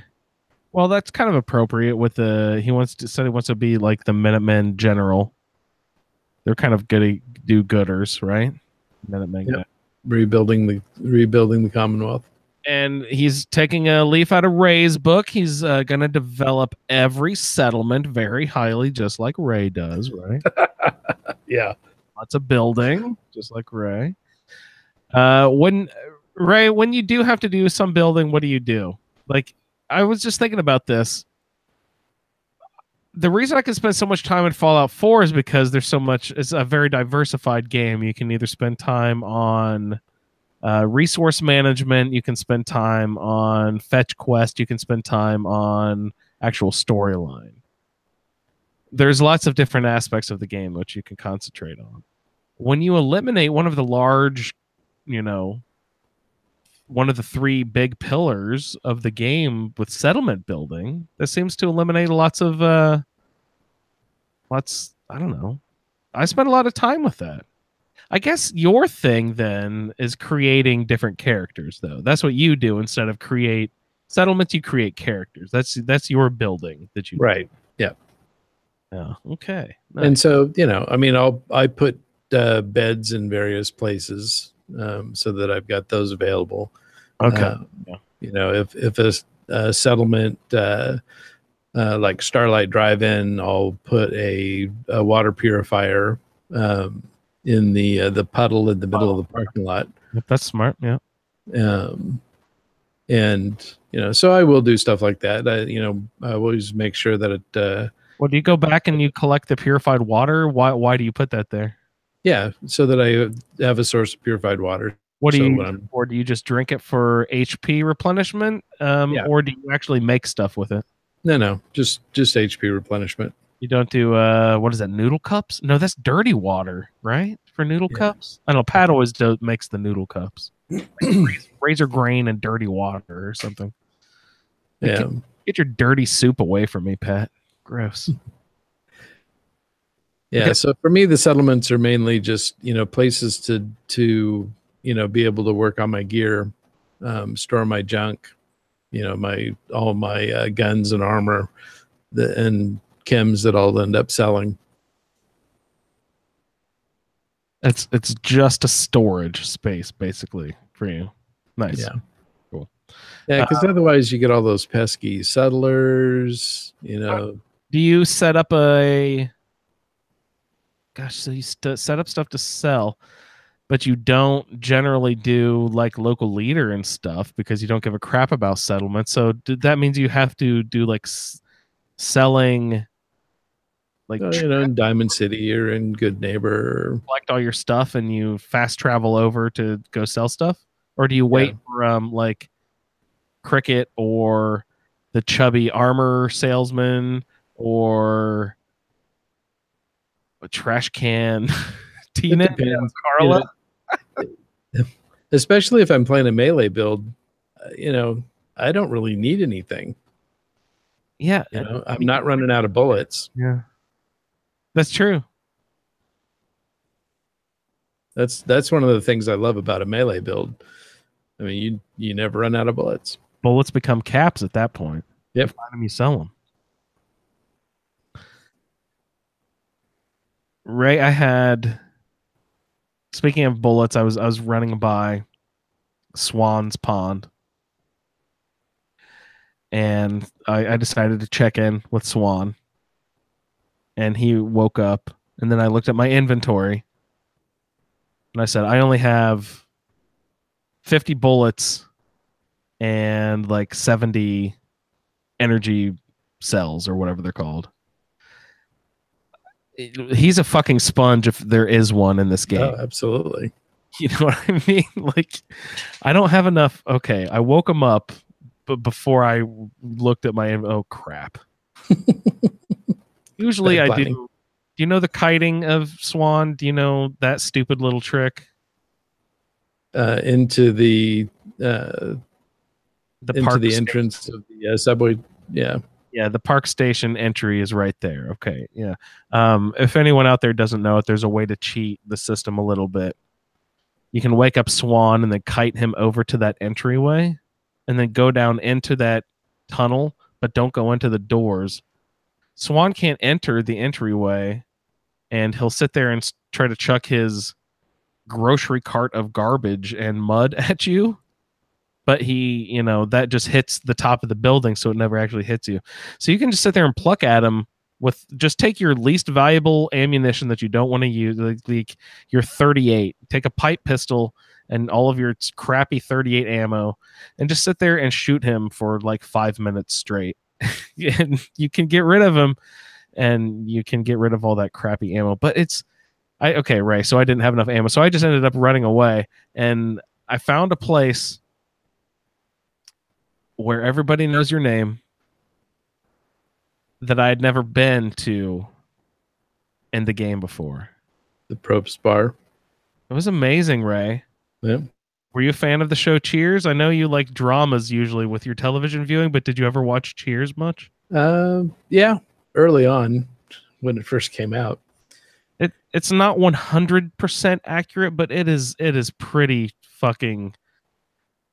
It was one of my favorite shows, and my father has passed away, but it was one of our favorite things to watch together was that show. So it was sort of a meaningful show to me, and I never actually set foot into this place. And it really struck my heartstrings really, really hard. It was super nostalgic stepping in there. That's very cool. And then I see Cliff and Norm sitting at the end of the bar, and there's a fucking postman's hat sitting in front of a skeleton, and I'm just like, oh, this is... It was so well done, and it just made me pause, and I really walked around the place and just sort of absorbed the atmosphere. It's amazing. If you're a fan of the show Cheers, you've never been to the Probst Bar, seek out Boston Common. Is that what it's called? Where Swan is? Yep. Seek out that area, and it's not marked on the map, but there's just like in the show, there's a downward staircase that goes to a little bar, and it's called the Prost Bar. If you don't know, Prost means cheers in German, so it's the Cheers Bar.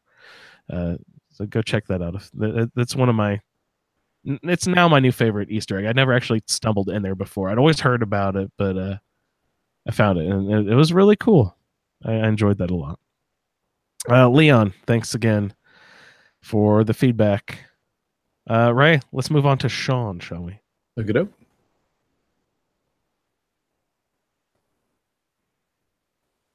Hello, Fallout Feed World. My name is Sean.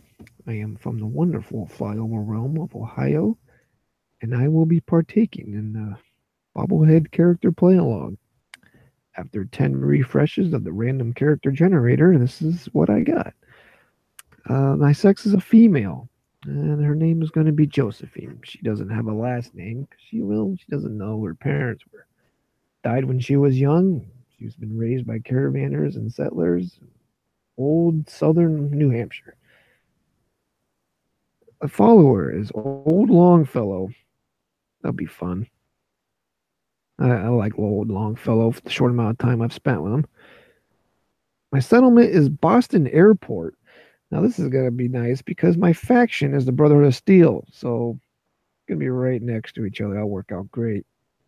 Now, my romance is Curie. I've never gotten past first base with Curie before, so that'll be a fun set of quests to do. And my Raider faction is the Commonwealth. Now, my special stats, strength will be 5. All right, not too bad. Perception is 1. I'm going to have the accuracy of a stormtrooper in VATS. My endurance is 8. That's going to be nice. A lot of hit points. My charisma is 2. Not much of a people person Joe will be. My intelligence is 6. My agility is 3. And my luck is 3. And when it comes to the assigned perks, my strength one will be Heavy Gunner. This will probably be more of a late game one for me. I don't really run into a whole lot of heavy guns in the beginning other than the minigun, but ammunition is low. So looking forward to doing that one though, eventually. My perception perk is Awareness. That's a nice one to have. That'll come in handy. My endurance perk is Aqua Girl. That's a really good one to have. No radiation while swimming, and you can breathe underwater. No, that's really nice. My charisma perk is Black Widow. Okay. It works a lot better when you have a higher charisma, but a little extra damage output against male NPCs will be nice. Now, my intelligence perk is Vans. Thanks to RN Jesus for that one. Whatever. My agility perk is Gunslinger. I like Gunslinger. I always liked using pistols. So that's going to be nice. And then my luck perk is Scrounger. That's going to be nice, especially when I start using the heavy guns. Going to need a lot of ammo.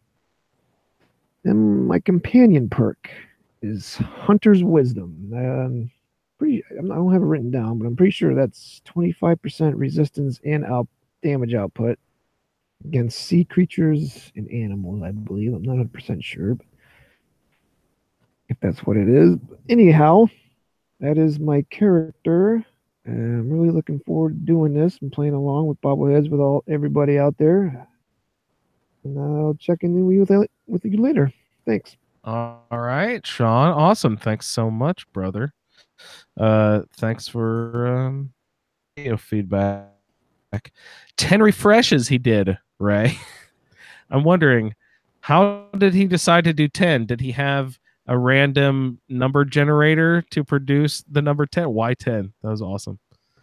What'd you do there, Ray? That's what we were doing. When we were rolling ours was a number between 1 and 10. So that's awesome. He just picked it. I'm hoping that he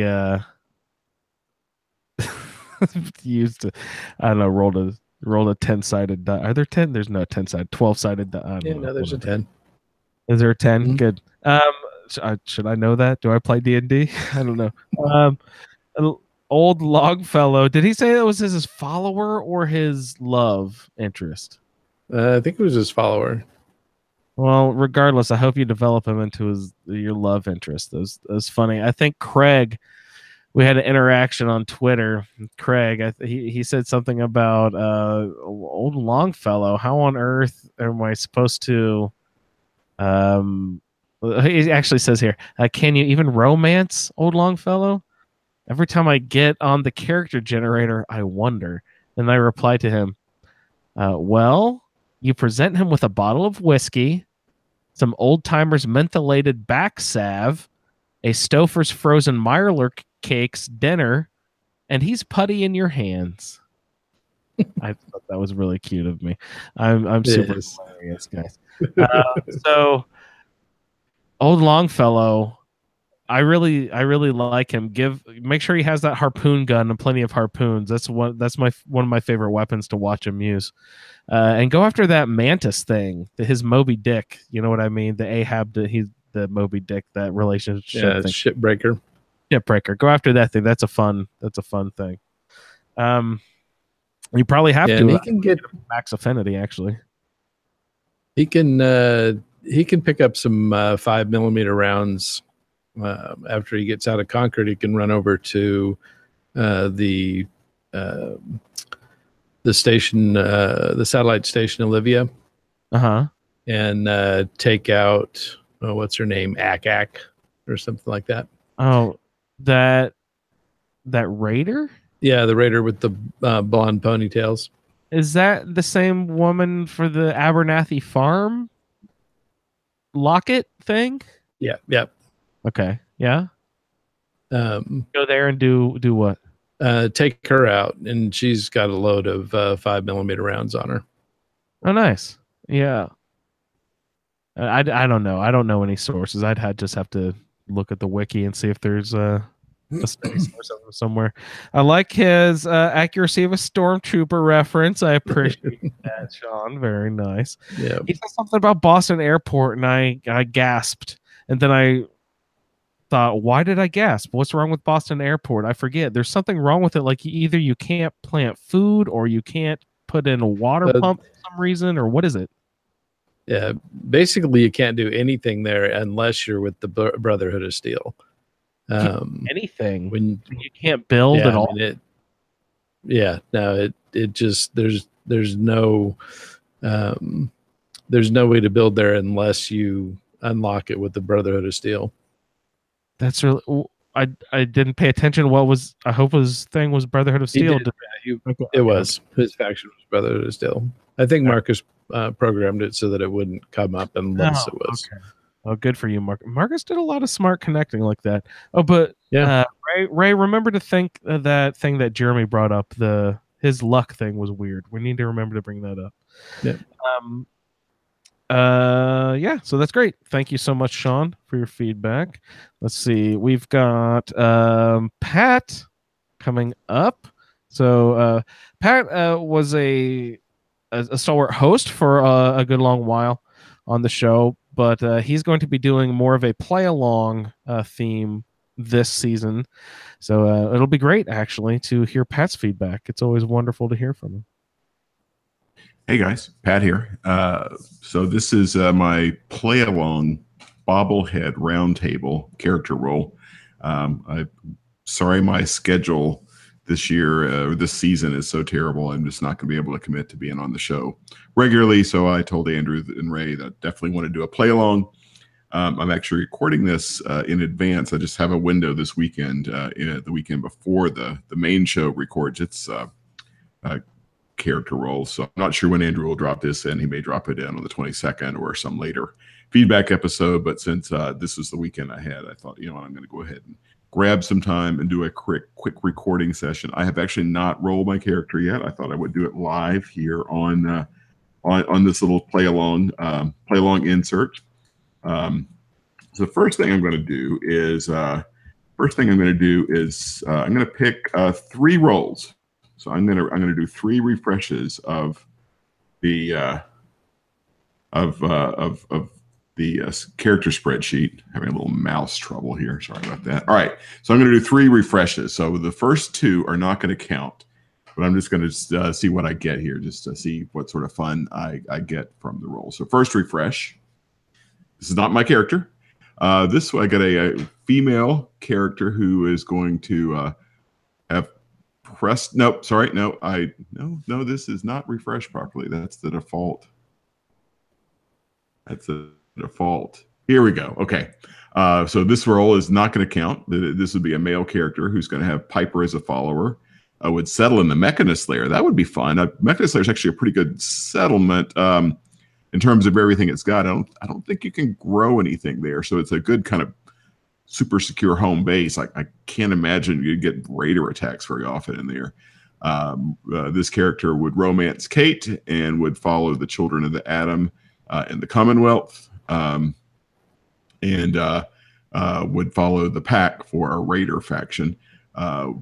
Strength of 6, perception of 2, endurance of 6, charisma 4, intelligence 4, agility 5, and luck 1. So not a particularly not a real super balanced character. Strength and endurance high, so maybe a punchy character.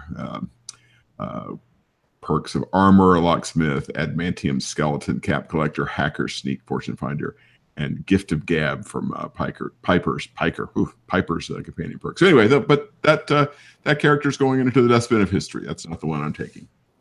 All right, second character. Oh, this one would be fun. A female with Dogmeat as the follower and Outpost Ammonia. Ooh, that's a tough outpost to win. A tough settlement to win. That one Raider with the mini nuke is tough to sneak up on.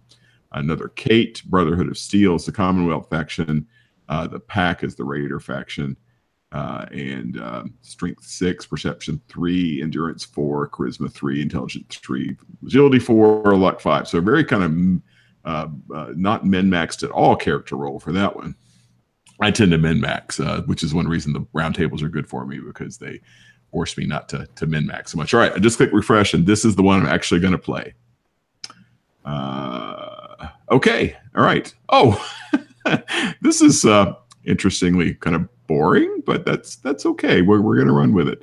My character is a male with a follower of Dogmeat at a settlement of Sanctuary Hill. So this is almost like a Joe generic. I may actually play the generic default character role with this, just because I've got a very generic character here. He's going to romance Piper and would follow Acadia in Far Harbor. It actually says Commonwealth faction. I think that would mean Far Harbor faction. Whatever. Anyway, and then the Commonwealth will be the Raider faction. That's actually good. So if I do Nuka World with this guy, that means I can just kill all the Raiders, which is my favorite way to go with that scenario. I don't like doing the Raider quests. They're pretty tedious, I find. All right, this character will have a strength of 7, perception of 2, endurance of 3, charisma of 4, intelligence of 6, agility of 3, and luck of 3.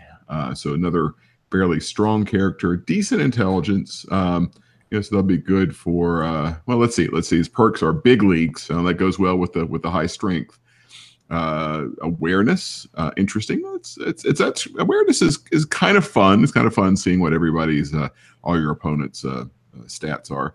Chem resistant. Ooh, gonna take some chems. Very nice. Lone Wanderer. Okay, good. Follower Dogmeat Lone Wanderer perk. So that is a good combo there. I like Lone Wanderer, so that's a great one for me.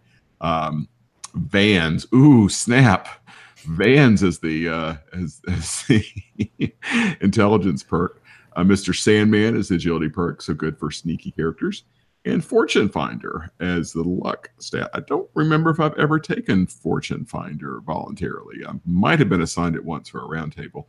And then the companion perk. Oh, I think this may be a bug here.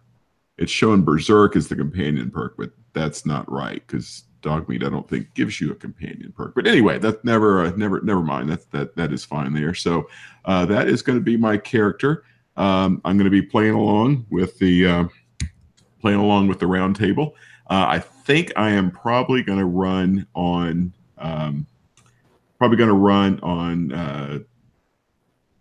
PC, because I'm going to wind up streaming the Charisma bobblehead in the Parsons State Asylum, and I find that for streaming purposes, I like the PC. There's the flexibility of OBS, and everything else is good for me. I like that, so I will probably wind up doing this on PC.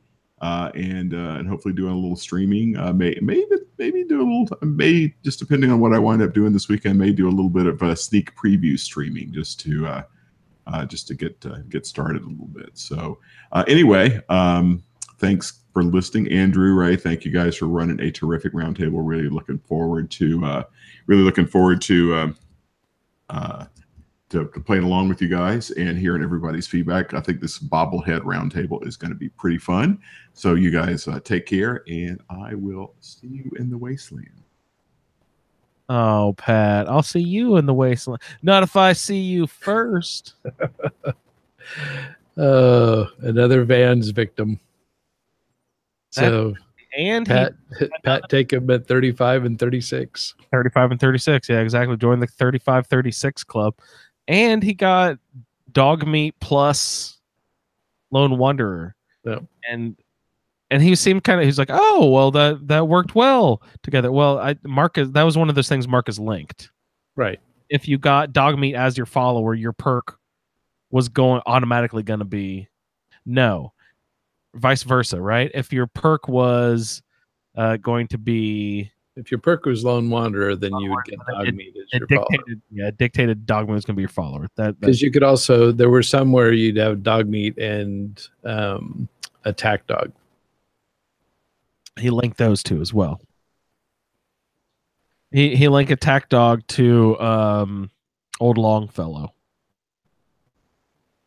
Woof woof. All right. All right. Let's see. Pat.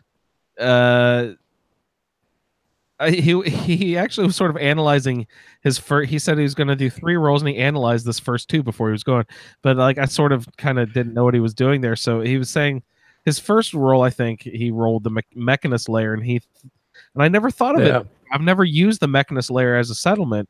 But he's like, okay, it sucks to grow stuff down there. You can't really grow stuff, but you can build garden plots. And then I thought, wait a second, can you build the garden plots at the Brotherhood of Steel? If there's no dirt to plant anything or build anything, can you build those garden plots at least there before, if you're not Brotherhood of Steel? I don't think you can get access to the workbench unless you're with the Brotherhood of Steel. Okay. All right. I haven't messed with it very much. I was always sort of across the bay at this lovely little beachfront community called Nordhagen Beach. I don't know if you've ever heard of it, but their advertisement bureau used to sort of underwrite our program. I've seen it on the brochures. It looks really nice. Very nice. They cater to sort of like the upper crust. So I didn't know if you made the cut or not. Sorry, Ray. So yeah, garden plots down in the Mechanist layer. I think that's your way to go to grow stuff there. And then he mentioned Raider. He's like, you probably don't get much Raider attacks on there. And I was like, you're right. Mechanist layer, is it possible to be attacked? That's great. I don't know. I never thought of it. Never crossed my mind. Pat, I said stay away from local leader because I was sort of like listening to you analyze your characters, and I thought I heard you sort of drawing to your charisma. And round table is stay out of your comfort zone. And I know you, Pat, local leader is your ghost whisperer there. You gotta float. You float like Pepe Le Pew to the scent of a sexy cat from the old Looney Tunes towards local leader. Pat, I know you too well. He's got the default character, Ray. He's rolling out of the vault, out of the sanctuary. He's doing, did he even mention it? He's doing survival mode. He's doing vanilla survival mode on PC. Yeah, he likes some survival mode. So, but he's doing no mods, right? Didn't he say that? Doing vanilla on PC? I thought I heard it. So he's doing a Kara. He's playing on PC with no mods. Good job, guys. We could form a little club. He's in the Acadia, but he said something, oh, well, that should be my Far Harbor faction. Guys, when we set up the faction generator, it was Far Harbor was incorporated directly into all of the Commonwealth factions, whereas the Nuka World factions got their own faction generated. I forget why we did that, but we did it that way. So the Far Harbor factions are not separate from the Commonwealth. They're just bundled in there. If you don't want to, I think he had built the generator for the Far Harbor. Not the Far Harbor, for the Nuka World round table. So we just included them all. So that's why it was separated. Do we want them separated? Does it? Well, at this point, I don't think it matters, but it's built, so yeah, it works fine. Great. Vans, another victim of Vans. You mentioned that. He's gonna berserk dog meat. Did he say he got berserk? Berserker? What's that one called? I don't remember. Anyway, he's got big leagues. Big leagues. Yeah, Pat, it'll be wonderful to hear your perspective from the play alongside. Thank you so much, Pat, for your great feedback. Ray, did you have any other thoughts there? No, I think sounds like he got about as vanilla a build as you can get. Well, sometimes that is a very welcome change that I found. That I was playing the game so much that I had so many mods loaded. I was playing with such a weird twist on the game for such a long time with all these different aspects that I hadn't played the game normally in a very long time. I don't have a ton of things going mod-wise that change the game a lot. And it's kind of nice, kind of refreshing to step back away from like a really, really heavily modded game. I know that like adding mods is definitely what keeps the lifeblood into the game, and it lets you play the game in lots of different angles and new ways. And so I know the value that mods are, and it's super refreshing to play the game with new mods. You get to play different angles, and it's really cool. But then to take those away again, it's almost like reinventing the game again. So you get to see it fresh again from the vanilla side, which is also really cool. It sort of, reminds me of like I don't have, I can't build like ballistic weave into stuff. Like I'm still trying to get that rank with the railroad and stuff. Yeah. So it's fun. It's good. Now that I've got the chickens and rabbits mod, I can't imagine playing without it. What is this? Huh? Chickens and rabbits mod. Yeah, so now there's chickens and rabbits, from Far Harbor, the rad chickens and the rad rabbits. I think now they're all over the Commonwealth. I think there's cages of those, right? Can't you build small animal cages for your settlement to keep rabbits and stuff around? Or am I totally crazy? Was there a chicken cage? I don't think there was a chicken trap. A chicken fucking trap. I think that might have only goes down to cats. I think I had a mod that added traps for a bunch of different animals back in the day. Yeah, at one point. That's fun. Okay. Well, Ray, I know that you have to head out as well. So thank you. It is the witching hour. So thank you for joining us this evening. Do you have any closing thoughts for all of our feedback people? Again, I mean, we've got a great batch of people with some really interesting characters. So it's going to be another great season. I couldn't agree more. Ray, thank you so much for joining me this evening, and we will see you later, sir. All right, take it easy. We will continue on the Fallout feed this evening with a nice, hefty, heavy, beefy chunk of feedback from our stalwart participant in the Facebook group, Lee. Lee, we love you, brother. Everybody, please, Lee W. Benjamin, I believe, is the name of the channel. Go to youtube.com and please check out Lee's new page.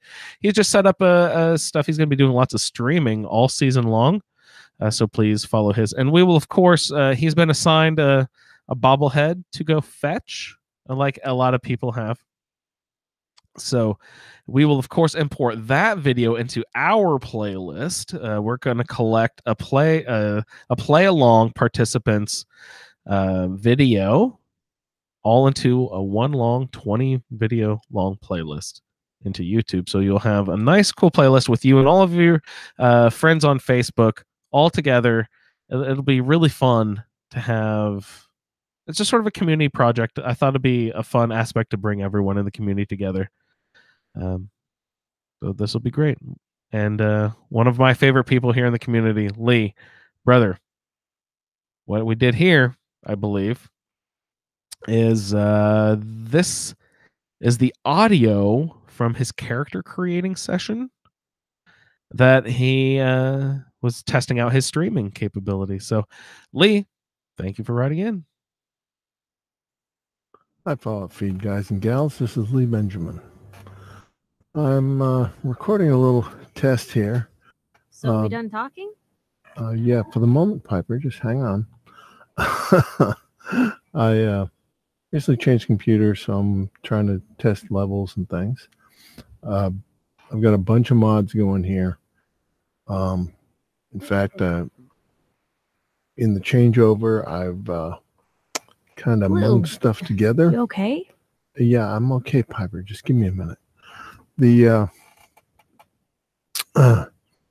Among the things I'm running, Caliente's Beautiful Body Extender. That's what gives me the ability to use all these different clothes. Also, Hey, you still in there? Yes, I'm still here. And excuse me, also running the Armor and Weapons Keyword Community Resource, AWKCR, and Armorsmith Extended. These give access to additional armors and provide a framework for other mods. In the middle of a conversation here. Yes, I know we are. Also added Companion Infinite Ammo, craftable animal glues, which let you make glue out of animal parts, which is disturbingly realistic. Darker Nights, a bunch of Eleonora's. Well, don't go all quiet on me. Yes, I will. A bunch of Eleonora's mods, including her armor compendium and several of the Fallout Junkyard stuff, which is older stuff that's kind of not being updated anymore, but gives you some additional clothing. Everyone's best friend, so that you can run dog meat along with a companion. I'm talking to myself here. Yes, you are. The HUD framework, which will provide additional support for the Sim settlements, which is what you see in the background there. That's actually a defense station that you can set up. Beyond that, whenever you like.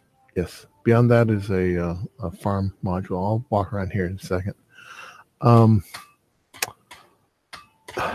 In munging stuff together, it's from the old machine and the new machine. I've also got some stuff running that isn't actually in my mod list. For example, I've got the FMP90. In the middle of a conversation here. Yes, I know. You've led an exciting life. You've led an exciting life. Sure have. But honestly, now that I'm out here with you, I feel like I'm just getting started. Getting in trouble. I'm sure you are. It's what folks like us do. I mean, you and I are out here this conversation putting ourselves at risk so people in the Commonwealth can have a chance. Another of Eleanor's mods I'm running is her Sanctuary Bunker player home. But because it's right. Which, among other things, early on gives you a combat rifle. I'm real happy to scrap everything so I can clean up. Yeah, I'm glad you're here. I'm glad you're here too, Piper. Thanks. And you'll notice that on my character, that means a lot coming. So one you of the want to get out of problems I've run into with the CVBE is my body is really white and my face is a little darker. And I was trying to go for a Hispanic look here for this character, and it hasn't quite worked out. So there's probably fixes for that out there. I just don't know what they are. Additional mods I'm running. Power armor animation changes to speed up getting into and out of armor. Restore power armor frames, which will let you appropriate power armor frames from dead NPCs. Scrap everything. I think I mentioned that already. Settler Sandbox expansion, which makes it use all of a given area for a settlement, as opposed to some of the restrictions imposed, particularly in height for places like Hangman's Alley. Let's see. Sim settlements, I mentioned. We'll walk around here in a second. Snap beds, which gives you usable bunk beds that provide 2 beds instead of just one, and give you a big variety of different bedclothes you can have on them. Also use the Start Me Up alternate start dialogue overhaul.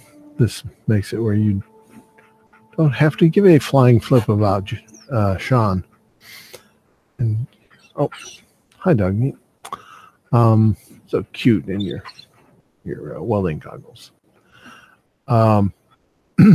Another thing about Start Me Up is it gives you the ability to have some of the what is it? Perks and some traits like in New Vegas, you can either use them or not use them.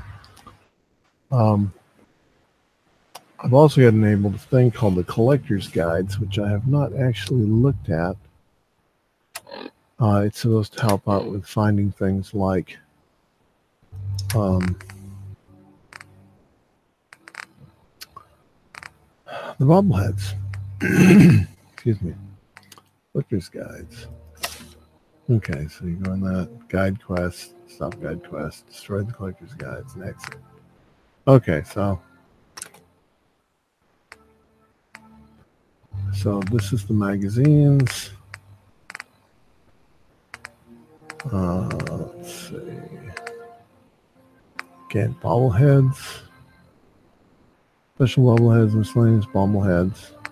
Okay, so apparently that'll give you a little guidance in doing that stuff. I'll be trying to use that. Yes. Okay. Oh, okay, there you go. Huh. Bunch of different tales here.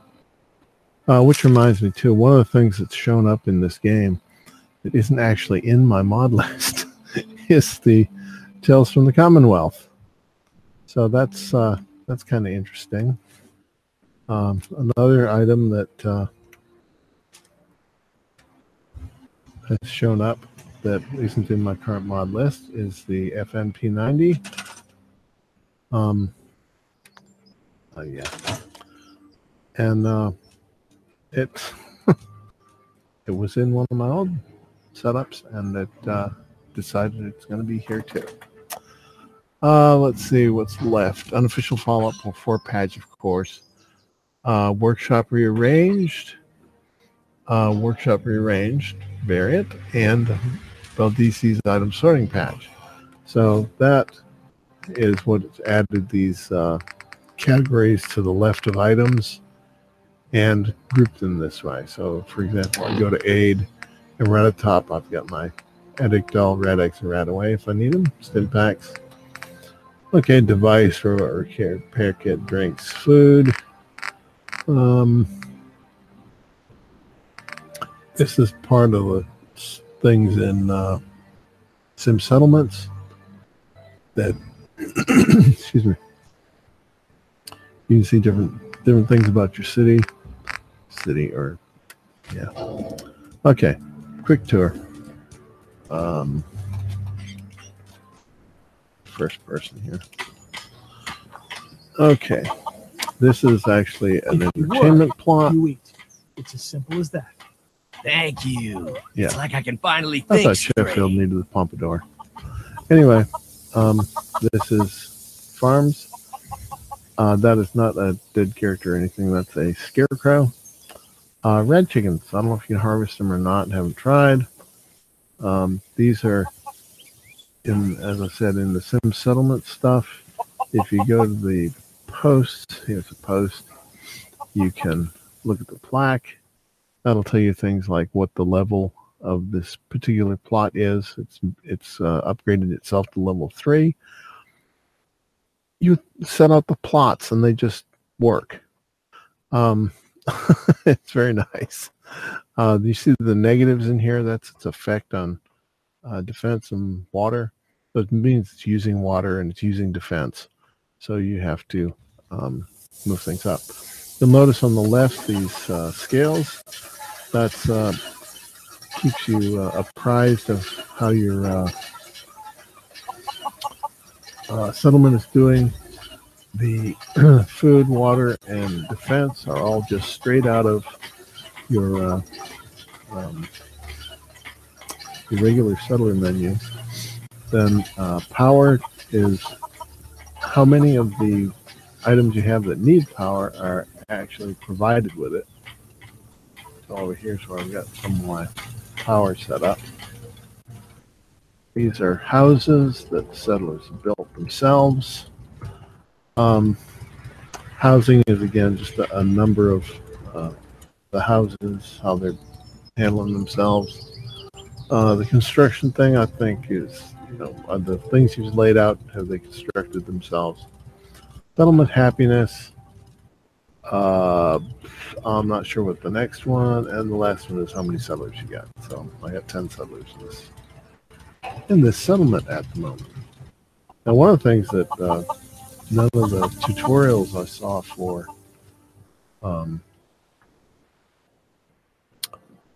sim settlements mentioned was when you go into a place that's been working on things, it'll have a place, meaning a settlement. It will have stuff it's done, new construction since last visit. Also, the scrapper mod, sometimes you got to be careful. I kind of tore up the street here, so I replaced it with some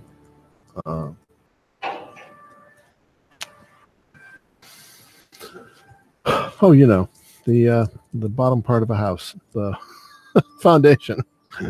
I've replaced it with some wooden foundation so that people could walk across this as a smooth thing. So be careful with those scrapper mods, folks. Alrighty, now we're gonna run down here to Starlight Drive-In and see what they've built since I was there last. Now, when you get there, stuff that's new is tagged with a little marker, and like I said, none of the tutorials I'd seen mentioned, oh yeah, this is just telling you what the most recently built things are, so that you know what's upgraded itself and etc. So let's see if we can get a better idea of what it is that you built itself. Okay, there's something over there. So, okay, it's probably on the other side of the... Oh, okay, there's one. This is probably fairly new construction. It's been laid down. The panels that you can lay down for these guys, which here, let me go ahead and show you one of those. You can either have foundations under them or not. This one, apparently, I didn't put a foundation down. And now I'm trying to remember how to get there. Oh, yes. Yes. Go into settlement mode. And here in special, you have these things. Residential plots, a couple different foundations, agriculture plots, which don't need a foundation because they become part of the ground. You can do these in interiors of things. Commercial plots where they'll build their own little commerce places. For example, over here, this is like a clothing shop that it just decided that was what the settlement needed, so that's what it got. Commercial plots, again, with different foundations. Don't attack me now. Industrial plot, which basically just goes and starts gathering resources for you. All of these, you can assign people. You can have it set up several different ways. You can assign people to plots to work them, or you can just tell it that it can find settlers, and new settlers will show up. I'm not even sure you need a recruitment beacon, but it's good to have a recruitment beacon because then you can have some extra people if you need to do special things. These martial plots, the little curved piece goes toward the enemy. Very much like a claymore mine is curved in such a fashion. Anyway, so we'll set up another martial plot here. But because of the post and the terminal on it, it's a item that needs power, so we'll connect it up to one of these other guys. I was also going to set up a new house just to show you the Here, we'll give this guy a foundation. And these will actually snap to each other. Oh, well, that one doesn't have the foundation part, so maybe not. So we'll set this up high enough so that it doesn't have that grass on it. And oh, there we go. It just snapped. It's just I couldn't tell where it was going to snap because the other one didn't have the foundation on it. And you'll also want to go into one of your structures here and say, okay, I want some stairs. Again, another mod I've got is added a bunch of different stairs. We'll go ahead and just put these on. And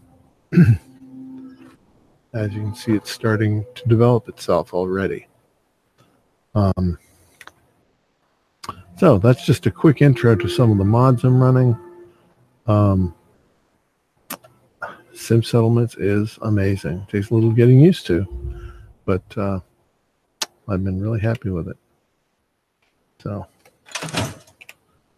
this is Nadine. She is not going to be my character. I'm going to roll a new one on the 15th to start the season 5. And this is me signing off. I will see you in the wasteland. Oh, by the way, the recording software, this is Shadowplay, which is part of the set of tools you get with GeForce NVIDIA video cards. I'm running a GeForce 1050 Ti,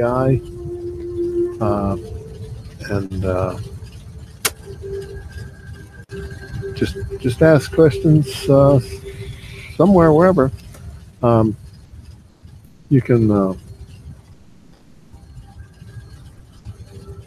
friend me on Facebook, Lee W. Benjamin, and that way you can message me and ask more about my setup or whatever you want to do. Awesome. Thank you, Lee, so much. Cool. We heard a little bit about Lee's mod list and especially Sim Settlements there. He dug into that. So Sarah, pay attention. Sim Settlements, you seem to have a special little interest in that one. You heard it. You were like, oh, I didn't even know that was possible. Yeah, you can basically play Sim City within Fallout 4. But Lee, I think you did a really good job of explaining all of that. People play with Sim Settlements. It's fun. We brought it up earlier. Go get the beacons that you need. That starts out in the Museum of Freedom, I believe it's called, right? Yeah, go pick those up.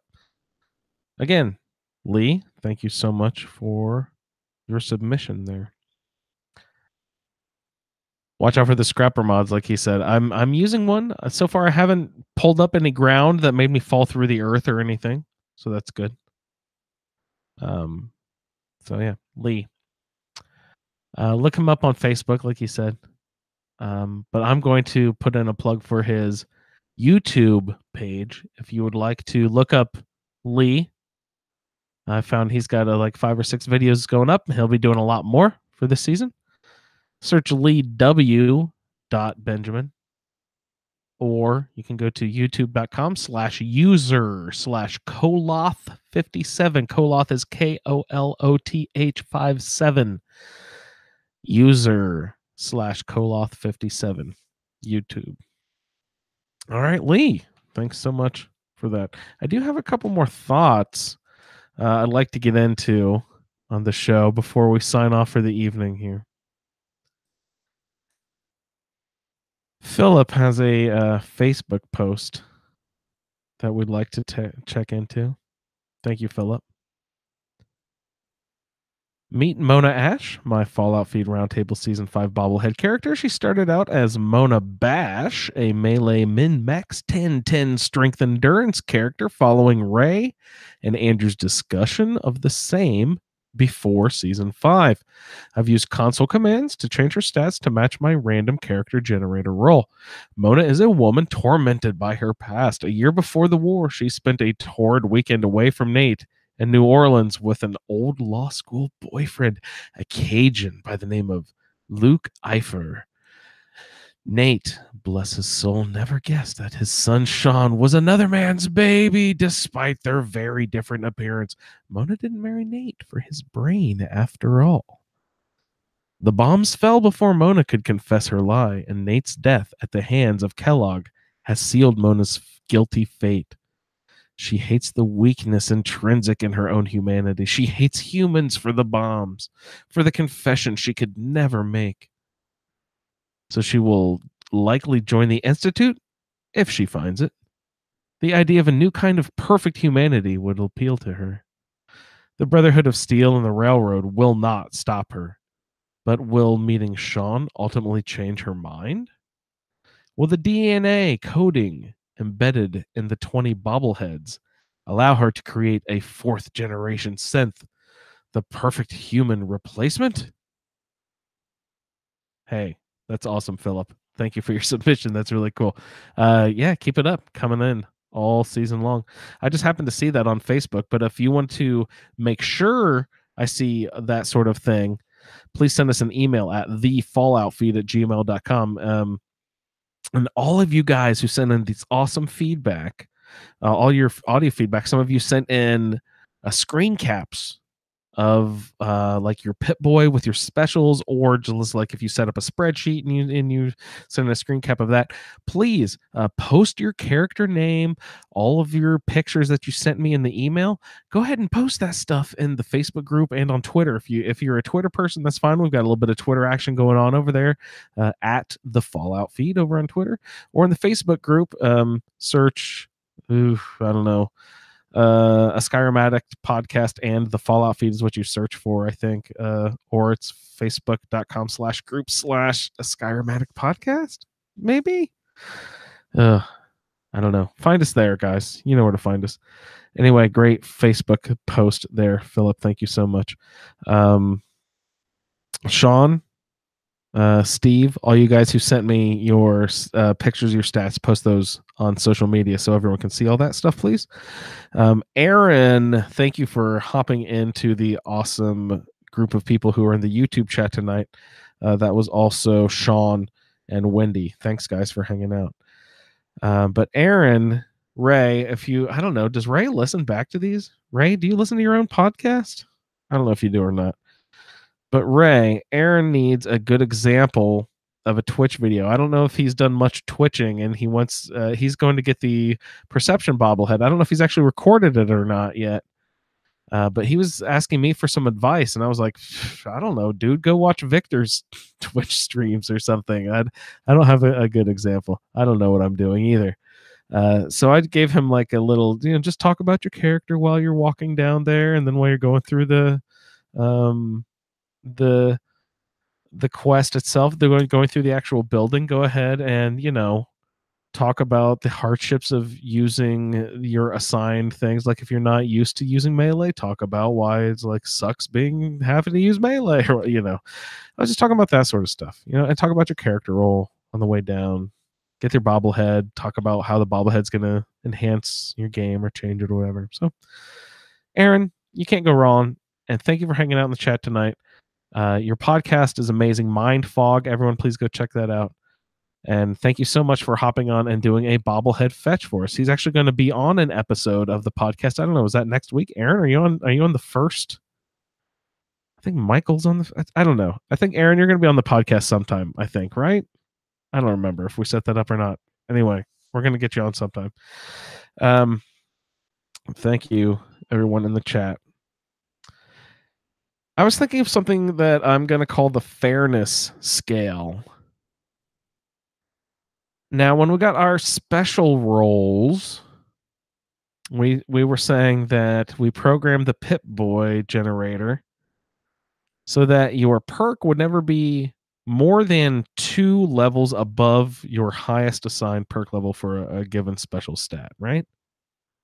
So I decided to sort of calculate out a fairness level of how many levels underneath or above your perks are, to see how hard it would be to fulfill the rest of your perks. You know what I mean? To get your, this is like, okay, if I'm under 2 each time, then I got to invest a lot of my my perk levels, a lot of my level ups, into just increasing each of my specials just to get those perks. You know what I mean? But if they are underneath that level, then I don't have to invest extra level ups. No, so that I'm coming up with something called the fairness scale. And I was like, okay, mine is going to be totally unfair, because if you look at it, I have my +2 on strength. That sucks. I've got a +1 on perception. That sucks. That means I'd have to level up +2, 2 levels in strength, and 1 level and perception, and 2 levels and luck. Oh, how fair. A gasp, put my hand on my forehead and faint in such horror, because it's so unfair. But then I look down and the rest of them are like -1, -2, -3, not hard at all. And if I total up my +1s, my +2s, my -1s, my -3s, everything together, my fairness rating is -1. So I have a pretty fair roll. So everyone else, check in with me with your fairness rating, if that makes any sense, with your comparison of where your perks are to where your special stats rolled out. I'd like to see how much you have to invest extra into your special points in order to get your assigned perks. That's awesome. Fairness scale, new thing. And I already thanked Wendy for being in the chat and for her awesome feedback. Sean for being in the chat. Thanks, man. Aaron, also, thanks for hanging out in the chat tonight. And I was just thinking of one thing. I was listening to... I listen to Diamond City Radio all the time when I'm running around. I love it. It's one of my favorite things. Again, if you want a quest follower, like we mentioned earlier, Billy and Honest Dan are quest follower type guys. You can tag them along whenever you want to if you don't finish their quest. Also, Travis, yeah, the Diamond City Radio DJ. Travis is the best. You guys, quest follower. There's some shit that he has to go do at some stupid brewery near Oberlin Station, above there on the train tracks. There's a brewery up there. Just don't take him to the fucking brewery, or meet him at the brewery and start the thing, but don't go into the brewery. Just take him away with you and don't ever complete it. Travis will go with you. And the great thing is, he will listen to himself broadcasting on your Pip-Boy radio.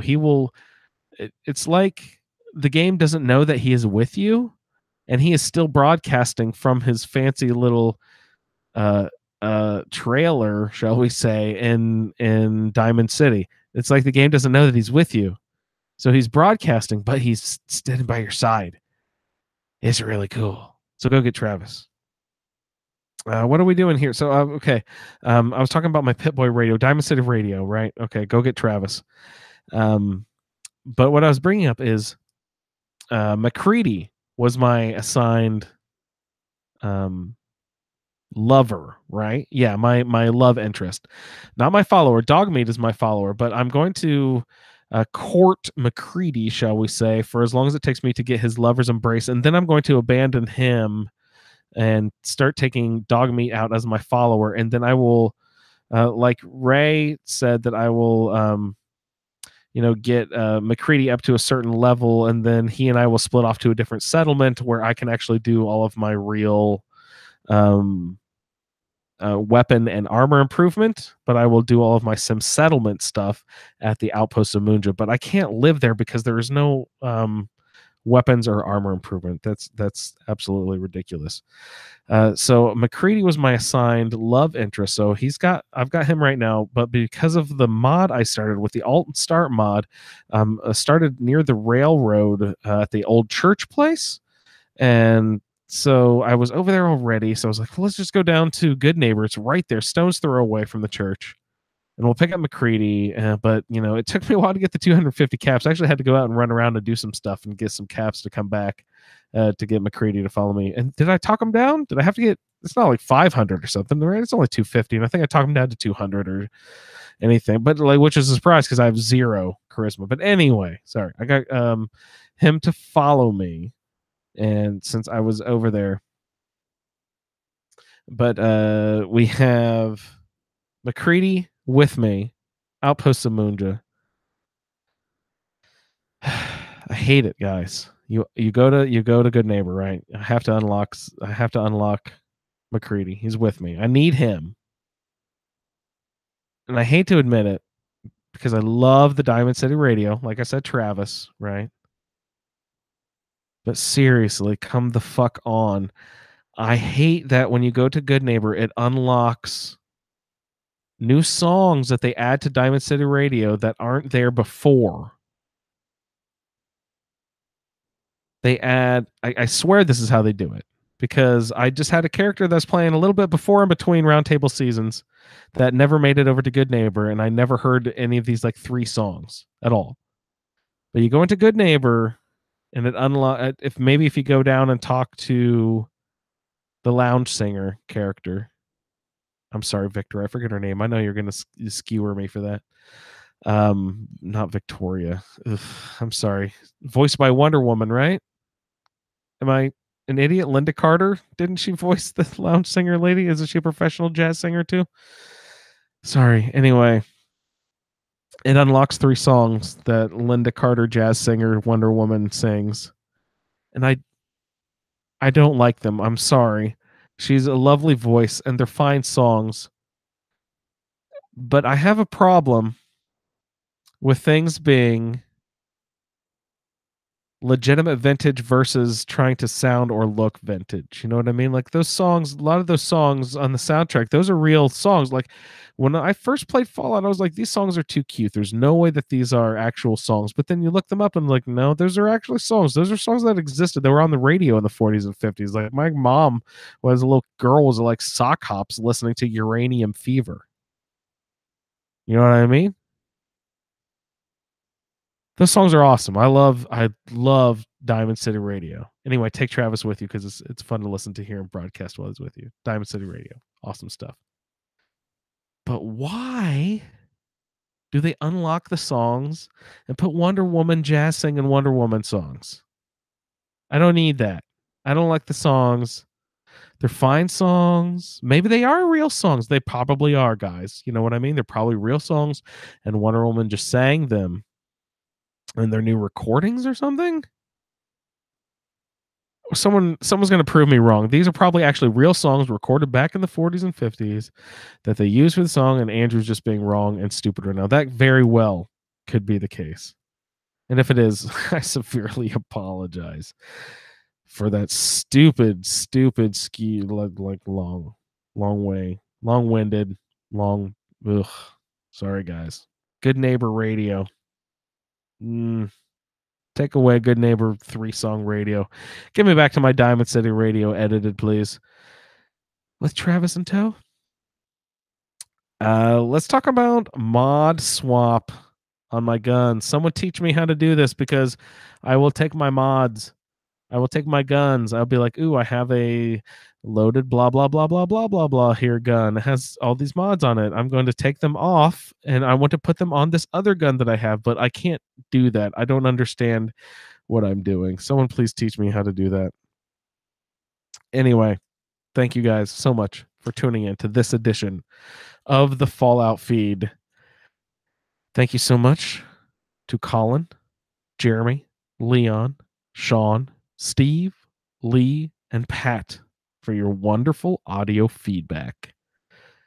Our email participants, Chris, Wendy, and Craig. You guys are something special. Thank you guys so much for listening to our show. We really couldn't do this really fun roundtable project without the community that surrounds us, and it really means a lot to us when we get huge, big chunks of feedback like this.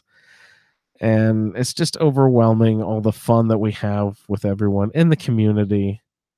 We love you guys so much. We couldn't do it without you. Welcome to Season 5 of the Roundtable, and we'll see you in the Wasteland. Thank you for downloading this episode of the Fallout Feed Roundtable.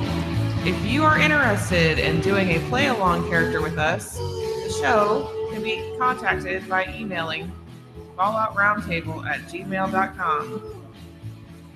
For the roundtable schedule, our Amazon link, and all other show information, please head on over to asapodcasting.com. where you will find the Fallout feed, Askyrimaddictpodcast, our YouTube channel, the Chatterbox, as well as other content. Once again, thank you for downloading, and we'll see you in the wasteland.